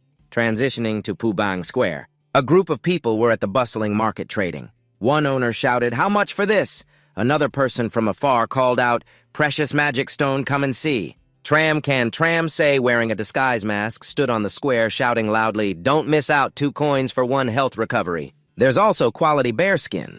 He happily thought to himself, I have a hunting skill to directly pick apples. Saving 2 coins per portion is a big profit. The health recovery is 4 coins. How can they compete with me? A crowd passed by, immediately stopping to ask, Boss, how much did you say for the health recovery, Tramcan?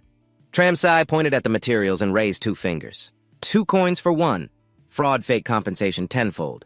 After hearing this, people rushed over. I'll take 5 portions, give me 3, I was here first, I'll take 10. You immediately stopped everyone. Don't push 1 at a time. In just a few minutes, you earned a lot of money and happily looked at your bag with 400 coins. Just then, someone approached. Boss, this bearskin isn't bad. How much is it? Tramcan Tramsa looked up. Brother, you have a good eye. My bearskin is a level 2 material. The price I just quoted is only 2 coins for 1. You seem to know this person well. Bathian Dao, the leader of the Dakba clan, definitely has money. I need to make a profit from him. Bathian Dao was examining the bearskin when Tramcan Tramsa introduced, Brother, look, this is good bearskin. A good tailor can make 2 or 3 armors from 1 piece. The quality is not bad. Bathian Dao also acknowledged, Indeed, it's not bad. It's from a wild bear level 28, very hard to come by. Then he didn't say much and took out a bag of money, concluding with a phrase, I'll take all of it, and extended his hand to receive the money, smiling happily and thanking the boss for being so generous. He secretly thought that indeed this foolish rich man was too easy to deceive. Unexpectedly, Bathian Dao laughed and said something that left Tramcan Tramsa momentarily stunned. With 80,000 in rewards, he could still go to the market to sell goods. No wonder he is Tramcan Tramsa. Tramcan Tramsa took out the sword from behind to be cautious and asked, What do you mean? Bathian Dao hurriedly placed the money in his hand, laughing heartily. Ha ha ha ha, Tramcan brother, no need to be so tense. We are not enemies. I am just admiring your strength and courage. Tramcan. Tramsa pondered for a moment, then, while packing up his belongings, he told the shopkeeper to close the shop and let the customers go home. Bathian Dao smiled gently and continued, Tramcan brother, no need to leave so quickly. It's our first meeting and I want to discuss a business deal with you. Tramcan Tramsa was a bit surprised, and Bathian Dao explained, I just saw that your apples are of very good quality. The others are not bad either. 1,000 portions of chicken rice, second-class food priced at you set 1,000 portions. Do you want me to work myself to death? Tramcan. Tramsay emphasized, thinking to himself that the price was still negotiable. It seemed that Doc Ba not only had many experts, but also plenty of money. This rich guy could not be missed. He calculated a bit, then raised a finger to negotiate with Bathian Dao, offering a maximum of 100 portions at the original price of 10 silver per portion. Now the price was 30 silver. Bathian Dao nodded and immediately handed over 500 as a deposit. Tramcan Tramsa realized that he had set the price too low. The scene shifted to the wilderness where Tramcan Tramsa and Kwakoktu had been training for a while. Ha ha, Tramcan, are you scratching an itch for me? Kwakoktu provocatively said. Suddenly, Tramcan Tramsa carelessly dropped his sword. Seeing this, Kwakoktu seized the opportunity and used Manhwa to charge in, intending to stab directly at Tramcan Tramsa. Tramcan. Tramsa stood laughing. So you were pretending to drop your sword, huh? That's clever. From the right side, a wild level 28 Long-Lin panda charged out and collided with Kwakoktu, causing his skill to fail. Taking advantage of Kwakoktu being controlled by the Long-Lin panda, Tramcan Tramsa calmly explained to Kwakoktu that opportunities in battle are not always opportunities. They can also be traps. In a state of breakthrough, do not panic. Think calmly and make the most beneficial choice. Then he blocked the sword Kwakoktu was using to fend off the bear that was trying to bite. He seemed to have realized something. Seeing the most beneficial opportunity, Kwakoktu used Kwi Jap Bathi to block the attack from the wild Long-Lin panda. Kwakoktu was quick to understand. Tramcan had to give him a compliment for his quick reaction. He could immediately change skills to a defensive state, reducing damage. Kwakoktu was still trying to control the bear. What's wrong with this bear? Its level is even higher than yours. Tramcan Tramsa said while cleaning his sword, explaining to Kwakoktu that this was a Long-Lin skull from a previous mission. Transformed into me, I discovered that as long as I kill it, no matter the level, I can transform it into a summoned object. As the level increases, the summoned object becomes more beautiful. At this moment, Kwakoktu had just finished dealing with the Long-Lin panda and immediately turned to aim his attack at Tramcan Tramsa, looking for a gap. Die! But he didn't understand how Tramcan could summon another undead bear. It was a large bear. Kwakoktu stabbed the bear and sighed again. Quikok had to turn to focus on handling the second undead bear. He unleashed his Quithuong, cursing as he fought. Damn it, this skill of yours is used on a summoned object all meat. At this moment, Tram Khan had quietly circled around and jumped out from behind Quikok. Don't forget, your enemy is not just one.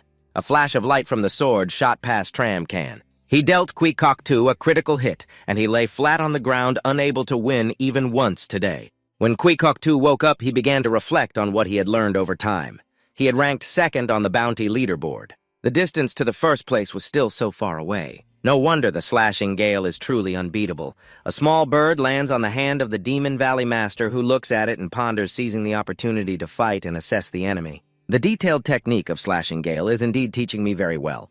Although I lose every time, I still feel stronger and need to find a master to test myself. He stood up strongly, his face showing determination as the scene shifted to a dark water pond where a level 30 blackwater crocodile was being attacked by a group of people, the members of the Poisonous Tyrant clan. Led by the Poisonous Tyrant's warrior, level 24, the brothers shouted, "Blow it up! The boss can't take it anymore!" The blackwater crocodile was being bombarded continuously and was about to succumb when the Demon Valley Master suddenly dashed out, stealing the kill with a critical strike that reduced the crocodile's health by 215 points. The Poisonous Tyrant group was left speechless, both surprised and astonished, as the crocodile fell beside the Demon Valley Master, who was cursed at by the Poisonous Tyrant's leader. Furious, the Poisonous Tyrant intended to charge forward, but the person beside him held him back, reminding the captain not to act rashly. He is the famous Demon Valley Master. He single-handedly wiped out several elite squads from other guilds. Ranked second on the bounty board, the Frenzied Dragon is about to go crazy because of him. The Poisonous Tyrant looked up at the sky and shouted, "Why do I have to meet this guy?" The Poisonous Tyrant knew his limits and threatened the Demon Valley Master. "Don't go too far, we come from the Poisonous Tyrant." The Demon Valley Master was visibly pleased. "So you are the Poisonous Tyrant, that's great. The Poisonous Tyrant seems a bit worried. What do you mean?" The Demon Valley Master looked directly at the boss-killing group and said, "You guys are my real targets." The members of the Poisonous Tyrant were visibly frightened and panicked. After a moment, the Demon Valley Master stood alone amidst the corpses of the Poisonous Tyrant squad, commenting, "No wonder they are the elite squad of the Poisonous Tyrant clan. Indeed, they are tough opponents." He clenched his fist in excitement, thinking to himself that he was truly getting stronger. The scene shifted to the commercial street of Pubang City at the food store number 1033. There was a bit of surprise as the shopkeeper Old Six asked, "Did you really write my name?" He casually replied, "Fubang City taxes players. Yes, Ling Cao is the owner, you can save some money." 13 was even more surprised to learn about the slashing gale. Tram Sa unexpectedly had an additional profession. It turned out that he had two secondary professions, hunting and cooking. He gathered food himself, making it almost without capital except for seasonings, while the Ba Tian Dao had to pay a hefty price. "If I had known, I would have cried out loud." The slashing gale immediately retorted, "What are you crying about? This money is nothing to the Poisonous Tyrant. I told you to gather intelligence, didn't I?" 13 recounted the strength of the ancient sword Dream Soul, which was quite weak. The top expert of his guild still hadn't been seen online. The slashing gale fell silent, pondering for a moment. Then he spoke. "I need to level up quickly. I'll leave the food sales to you. If you meet someone from the ancient sword Dream Soul, remember to keep the prices low." 13 stroked his chin. "Don't worry about logistics, I'm already familiar with it." Old Six, "Should I give you my bounty money before leveling up?" The slashing gale glanced at 13's equipment, considering that no one would believe he could get the bounty money with his white blood equipment. After finishing his sentence, the slashing gale threw a black stone to 13. "Take this black stone first. In a few days, I'll exchange it for a set of black stone equipment." 13 accepted the stone with great joy. "Good brother, that's great." The scene shifted to the ice port where a sky gate loomed ominously. On the ground lay a level 17 spirit dressed in rags, looking like a beggar sprawled on the ground. He had white hair and a dry, familiar face. As the slashing gale and Tram Sa walked by, they froze upon seeing him. Bowing his head, the Demon Valley Master shouted angrily, "Who did this?" The Demon Valley Master quickly messaged the slashing gale and Tram Sa, "Hurry, the Phantom faction and the Frenzied Dragon Guild want to wash the ice port with blood." After reading the message, he just smiled lightly. Washing the ice port with blood, that's quite a bold statement. Above, on the rocky outcrop, the Phantom faction had been waiting for the slashing gale for a long time. He glanced at her with a look of disdain. "Using blood to wash the Han ice port, that's quite a big tone, huh?" On top of the rock ledge, the Feng Sak Huyen Tu had been waiting there for a long time to cut through the chaos. He glanced at her with a look of disdain. The illusion of wind and color jumped down and swung her sword to strike at John Khan, but fortunately he managed to block her with his sword, his sharp gaze questioning her attack. So what? He showed disdain, saying that being number one in the rankings and playing with the Crazy Dragon Guild was beneath him, and he swung his sword in a response that had nothing to do with her. While the two were fighting, the system sent a notification that the Ghost Valley Beast had revived.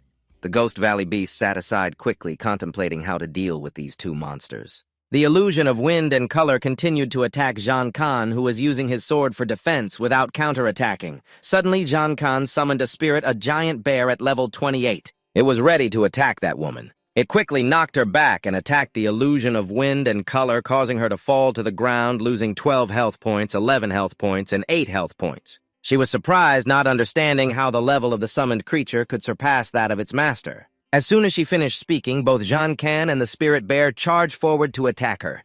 She raised her sword, and a golden light emanated from it, looking very powerful while showing contempt. The summoned creature is somewhat interesting. Too bad it's just a dark creature. John Khan looked at her in astonishment, and the large bear beside him also paused. She unleashed a dazzling golden light that grew brighter, and John Khan raised both hands to shield himself in front of the spirit. The bear stood in front, shielding him from the blinding light, causing him to lose 421 health points. A warning sounded. You must endure the blinding light of the radiant dazzle. Your defense has decreased by 20%. The spirit bear was now just a pile of bones, its entire body burned to a crisp with no flesh left. John Khan was also stunned by this skill. The large bear was quickly killed, significantly reducing his defense. The radiant skill dealt heavy damage to the spirit, and she raised her sword to strike John Khan. Next is your turn. He also raised his sword to block her attack, looking down on her. Is this all you can do? She pulled out a card, which was a Froststorm skill card. The two members of the Crazy Dragon Guild, watching from afar, looked on in astonishment. Little Dragon King said to Long Hang Tian Ha, "The illusion of wind and color unexpectedly has a skill card. Isn't this something only bosses above level 35 have?" Long Hang Tian Ha thought for a moment and replied, "After all, she is the illusion of wind and color. It's not surprising that she has a skill card." After the card was revealed, countless shards of ice appeared falling onto John Khan, forcing him to raise his sword to defend against the falling ice shards, causing him to continuously lose health. Health points decreased by 24 health points, decreased by 25 health points, decreased by 31.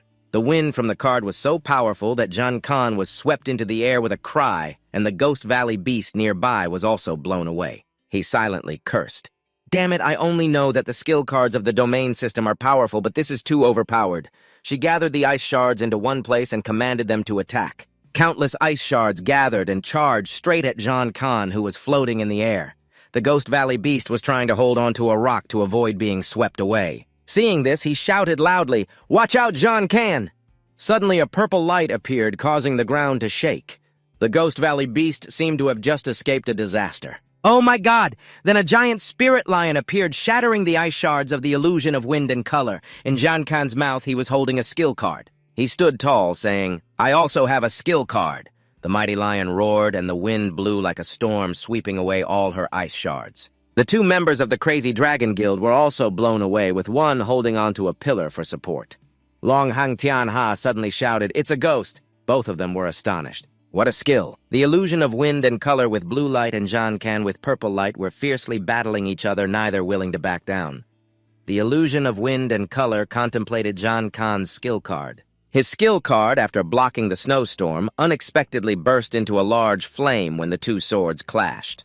Her sword turned increasingly red and continued to heat up. Suddenly, she pushed her sword away, causing the sword of the Slashing Sky to strike straight down into the ground. Slashing Sky appeared pleased, abandoning his weapon, saying, "You're dead now." Then he used the technique Chu Ren to prepare to finish her off. She took out a knife to block Slashing Sky's strike, surprising him. While he was puzzled about the weapons in his hands, her other hand blocked her own sword. Then she executed the Lu Quang Tram move, which seemed to have killed him, but unexpectedly he dodged. He thought to himself, "This is not good." He cursed silently. "Damn it, if only I hadn't prolonged this fight, I wouldn't need to use the flame cloak to increase my evasion rate, but my vitality has already been depleted." After seeing that Slashing Sky had dodged her attack, she appeared surprised. "You dodged?" "No way." Unable to prolong the fight any longer, Slashing Sky quickly drew the skill card Tam Lam. A purple light appeared around him, and the game system announced, "You have used the Tam Lam card. Attack speed increased by 5%, movement speed by 5% effective for 30 minutes. Immediately after Slashing Sky swung his sword horizontally, but she quickly retreated and dodged. Over here, 2 members of the Kwang Long Guild were watching, both still gripping the Little Dragon King's post, surprised no way. The attack from the skill card could still be dodged. Long Han Thien Ha, standing over here, appeared annoyed and jealous, thinking that even a guild attack might not have a card like that. He had 2 cards after all. Suddenly, both rushed at each other. She stabbed Slashing Sky in the chest, causing him to lose 288 points, while he stabbed her in the stomach and she lost 175 vitality points. After that, both fell to the ground.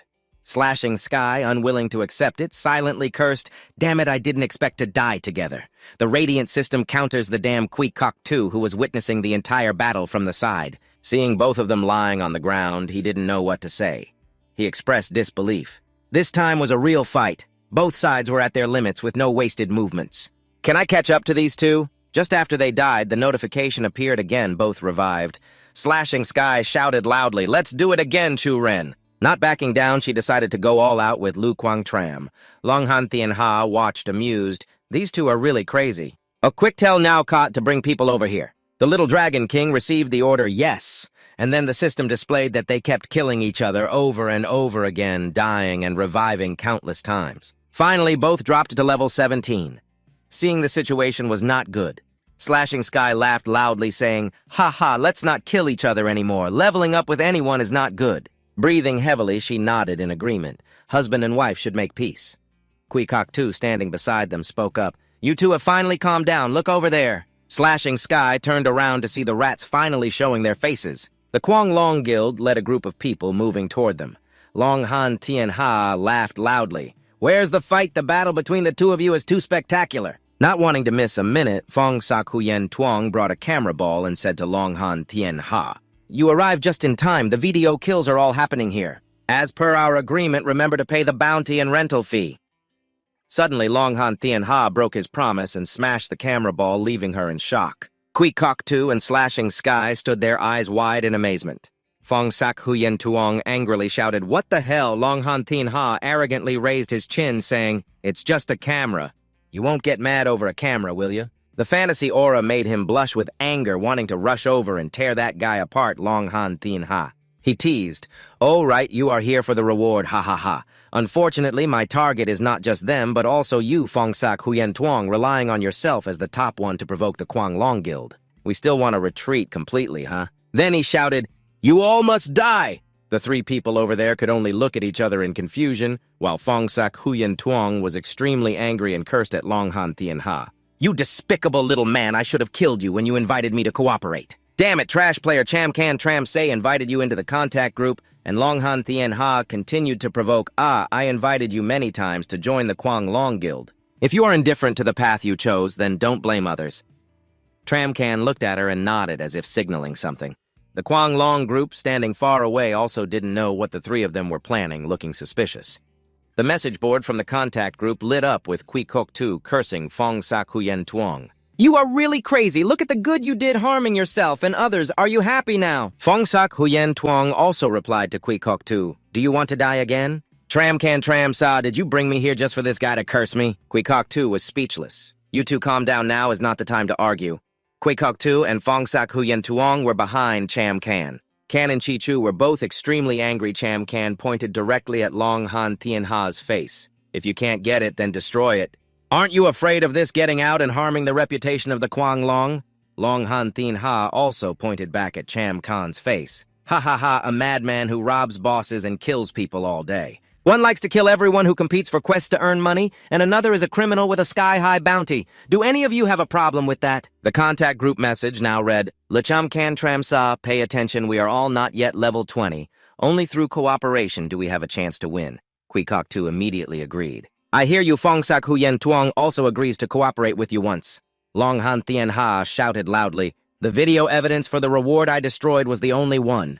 The rest are those who quit the game to end this matter. Kwang Long is for the people to eliminate harm." Then he ordered his subordinates to send them on their way. The subordinates immediately replied in unison, "Yes," and thousands of colorful arrows flew toward the 3 people over there. The arrows created a huge explosion that shook the sky. Long Han Thien Ha thought he had killed those 3. He laughed, self-satisfied. Ha ha ha, recording this scene to upload to the website. I must let everyone know the result of provoking the Kwanglong Guild. Behind him, arrows continued to be shot. A second huge explosion occurred. More shocking black smoke billowed everywhere. Suddenly, the three of them successfully defended. They immediately rushed out and shouted at that guy, "Don't mess up!" Each person continued to rush toward Cham Kan Tram Sa and Fong Sak Huyen Tuong, who were unharmed. The two wielded swords and flew toward the Kwang Long Guild. Long Han Thien Ha sneered with a disdainful expression.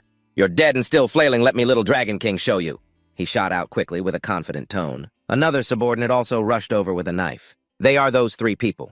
They were also rushing over at the speed of light. Cham Kan Tram Sa unleashed the skilled Chu Nan, while Fong Sak Huyen Tuong was not to be outdone, launching the Lu Quang Tram full of indignation. "Get out of my way!" With just 2 strikes, the 2 subordinates had already flown into the air without time to counterattack. At this moment, Long Han Thien Ha was tightly gripping his weapon. He cursed the 2 useless ones. "I didn't expect I would have to take action myself." He unleashed the fire flame skill, radiating a golden light around him, looking very fierce. "Damn it!" He rushed to slash at Kui Kok Tu, who quickly used his spear to block the attack, while Fong Sak Huyen Tuong and Cham Kan Tram Sa were flying beside him. He shouted loudly. Gui Gu Zi confidently replied, "Give me the Fong Sak Huyen Tu," and cut through the chaos, which had already flown past Long Han Thien Ha. He realized that something was wrong and turned to order his subordinates. "Everyone go protect the brothers outside." Gui Gu Zi saw him fighting with him and was careless. He was furious and attacked him, doing other things, not taking me seriously.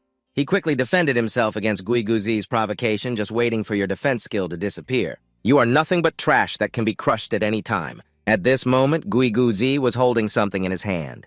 He laughed loudly. "Ha ha ha, cut through the chaos for me a bag of chicken rice. My Gui Jia Bati can open all day for logistics like this, can you?" Gui Gu Zi continued. "There's one more thing. Your mad dragon only needs to protect from afar." He mocked while attacking him. Long Hang Thien Ha, upon hearing this, glanced to his left in surprise and exclaimed, "What, the mad dragon pastor, the divine doctor, is being Feng Sak Huyen Tu?" Launching a bright attack, continuously slashing into him, causing him to lose 541 health points. He panicked and called for this woman. "Why is there a bright attack? Help!" The cut through the chaos also just slashed at the Mad Dragon's book soldier, causing him to lose 421 health points. He had no time to do anything but scream. "It's over. Level 17, how could he kill a level 25? Long Hang Thien Ha saw his subordinate being slashed and could only grit his teeth, staring intently in that direction while being careless. Gui Gu Zi saw this as a good opportunity and launched a bright fire attack, but unfortunately for Gui Gu Zi, this guy reacted very quickly. He had tightly grasped the spear of Gui Gu. He was dumbfounded, unable to understand how he managed to block it. He thought to himself that the sky was falling too quickly. The power of the attack skill was insufficient, and he immediately counterattacked, swinging a strike towards the Demon Valley Master, sneering, "You think you can hurt me? Get lost, you should just obediently be a meat cushion." Then he turned to continue commanding his subordinates.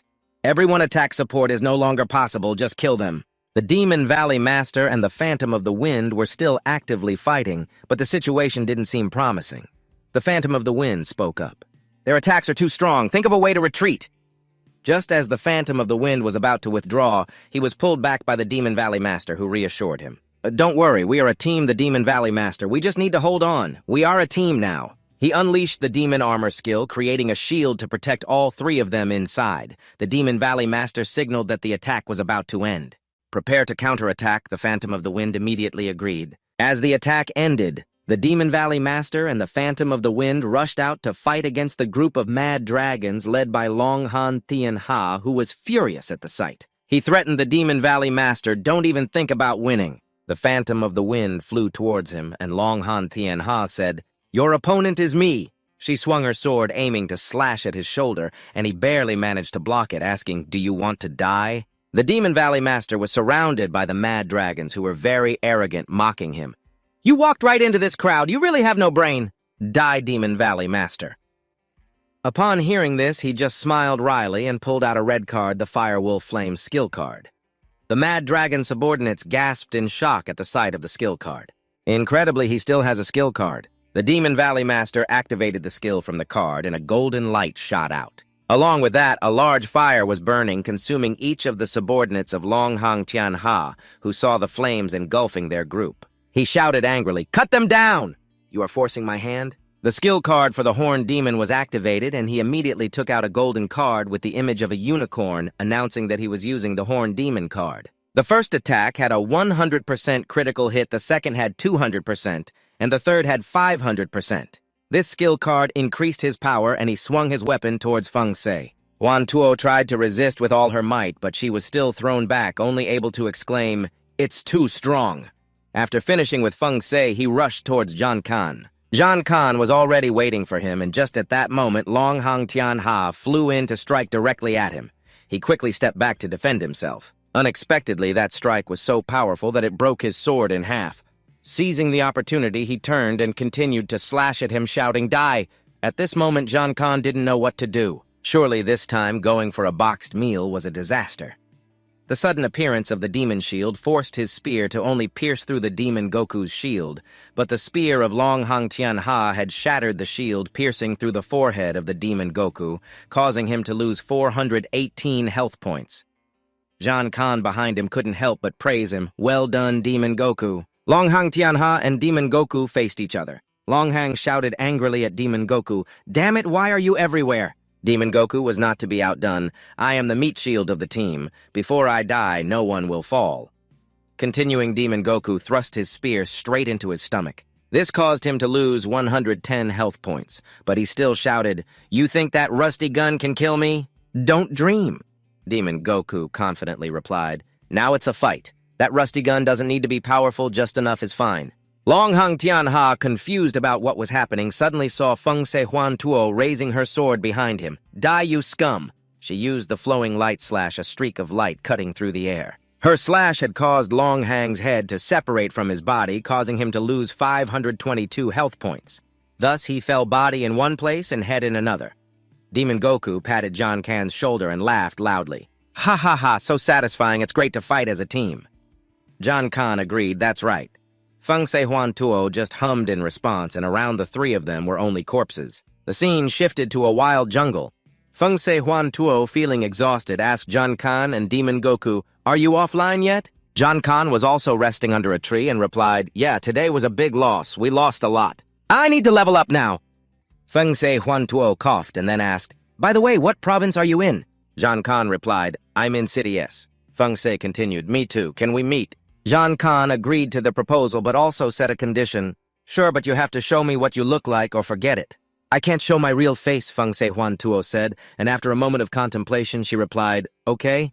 Then she raised her hand to her face, preparing to remove her mask.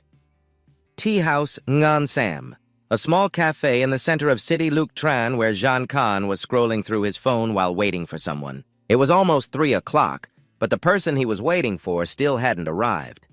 At that moment, a delicate voice suddenly rang out along with a cup of coffee placed on the table, startling him to look up. In front of him was a strange girl, but the people around knew her and continuously discussed her. Through their words, he learned that this girl was named Lam Gyat Han, the beauty of University S. Zhan Kan frowned slightly, murmuring the name Feng Se Huan Tuo. Lam Gyat Han then sat down in the chair opposite him, and he immediately knew he had guessed correctly. Unable to resist teasing, he thought this must be some kind of plot. Lam Gyat Than then sat down in the chair opposite him, knowing he had guessed correctly. Unable to resist teasing, he thought this must be some kind of scheme. Lam Gyat Than chuckled softly, awkwardly, explaining, "This is my apology. The previous incident was because of my greed, which was exploited by the Mad Dragons." She shook her head, refusing to give her opinion. "It's all in the past. There's nothing wrong with acting for a reward of 10,000, but she didn't need to take them down 10 times. Mentioning this made Lam Gyat then even more awkward as she quietly said, "The first time was indeed for the reward, but taking them down several times was actually to vent my anger." Luke Tran frowned. Lam Gyat Than continued to explain the previous incident, where she had accepted a mission to eliminate a patrol team of the undead preparing for 10 hours. Unexpectedly, Luke Tran and the Demon Valley Master led the Mad Dragons to battle against the patrol team, ruining her plan. It was a level D mission, and in the end, she received nothing. When she intended to take the reward, he had taken her down instead. The more she spoke, the angrier she got, her face turning red. After listening to her complaints for a while, Luke Tran just smiled wryly and said, "They've had enough already." He then asked her what she wanted to talk to him about, but inwardly he cursed, "This girl really holds grudges. In the future, it's best not to provoke Lam Gyat Than." Hearing his question, she didn't beat around the bush anymore and went straight to the point. She wanted to form a guild and wanted to invite him to join as he was once in the top. If the top 1 and top 2 cooperate, everything will go smoothly. However, as soon as this proposal was made, Luke Tran immediately refused. He would not join. Lam Dan Han could see his determination very clearly. There was no coercion. After all, they had fought together, and not joining didn't mean they couldn't be friends. Luke Tran had no problem with that, and then asked her, "Surely you don't just want to deal with the mad dragons, right?" Right. Lam did not hide what the crazy dragon was. Her true goal was to dominate the sword of the crazy dragon, and when Lu Chen heard this, he couldn't help but smile faintly in interest. The two talked for a while and reached an agreement before leaving. The next day, the two Shi-san and Lu Chen were packing their things. Shi-san asked him about meeting Lam Ji-han yesterday, worried that he might be seduced by her. Suddenly today, he was looking for a place to set up a studio. Lu Chen shook his head slightly, putting the key into the room in front of him, slowly explaining that he originally planned to establish a studio when playing Lin Do. Unfortunately, after moving to Tiantung, he kept running out of money and couldn't afford to rent an office. But after taking down the president of the Crazy Dragon Association, he had money now. Therefore, Lu Chen was very grateful for the reward from Crazy Dragon. The two slowly entered the room, glancing around. Shi-san was quite satisfied. This place was good. He then asked Lu Chen what to do next. Lu Chen stated his goal to recruit the first member for the studio. Hearing this, Shi-san's eyes lit up. He wanted to know who Lu Chen would recruit. He suggested Feng Se Huyen too. But Lu Chen shook his head, saying that Lam Ji-han was not someone who could be easily invited, and moreover, she already had her own plans. Shi-san frowned slightly, wondering who could be invited. They couldn't invite a rookie. But Lu Chen nodded, smiling mysteriously, saying that one rookie was enough for every studio. Shi-san knew he was referring to himself, snorting coldly, then asked who he really wanted to invite. Lu Chen chuckled softly and mentioned a name. Of course, it was Gui Guzi. As soon as this name was mentioned, Shi-san was shocked. This was a top 10 level on the wanted list, only ranked below Lu Chen. He really could invite him to the studio, and Lu Chen was very confident. He patted Shi-san on the shoulder, telling him to relax. This afternoon, he should take a good nap, and by evening, they would proceed to the next step. That night, Lu Chen logged into the game at the Hanbang graveyard. He texted Gui Guzi, asking him to come over if he wasn't busy. Gui Guzi quickly replied, asking what was up. Lu Chen told him he had good news, and he responded that he would come. Gui Guzi was a rare expert. Although he was currently far inferior to Lu Chen and Lam Ji-han, he was still a top gamer capable of handling ordinary elites by himself. A little while later, Gui Guzi finally arrived. He went straight to the point, asking Lu Chen what was going on. Lu Chen called him Little Ghost, and then asked if he had ever thought about which association to join in the future. A moment later, Kui Kok Tu finally arrived, and he went straight to the main issue, asking Luke Tran what was going on. He called him Little Ghost, and then asked if he had ever thought about what he would join in the future, which group he would join. The Demon Valley Master suspiciously asked him what this was all about, to which he straightforwardly replied that he had just established a studio and wanted to invite him to join, with the location being the S new district of the city. The transportation is convenient. There are private rooms and meals are provided with unlimited food. The Demon Valley Master frowned slightly and arrogantly stated that he was a top-level player and that many people sought him out. Why should he join your studio? He chuckled lightly and directly asked him if he wanted to become a top expert. The Demon Valley Master nodded without hesitation. Of course he wanted to. Then there was no problem at all. As long as he joined Liu Chen's studio under his guidance, this matter was completely within reach. Upon hearing this, the Demon Valley Master agreed to join and promised that one day he would defeat Liu Chen. After saying that, he left. Liu Chen watched his departing figure helplessly sighing, wondering why everyone seemed to be targeting him.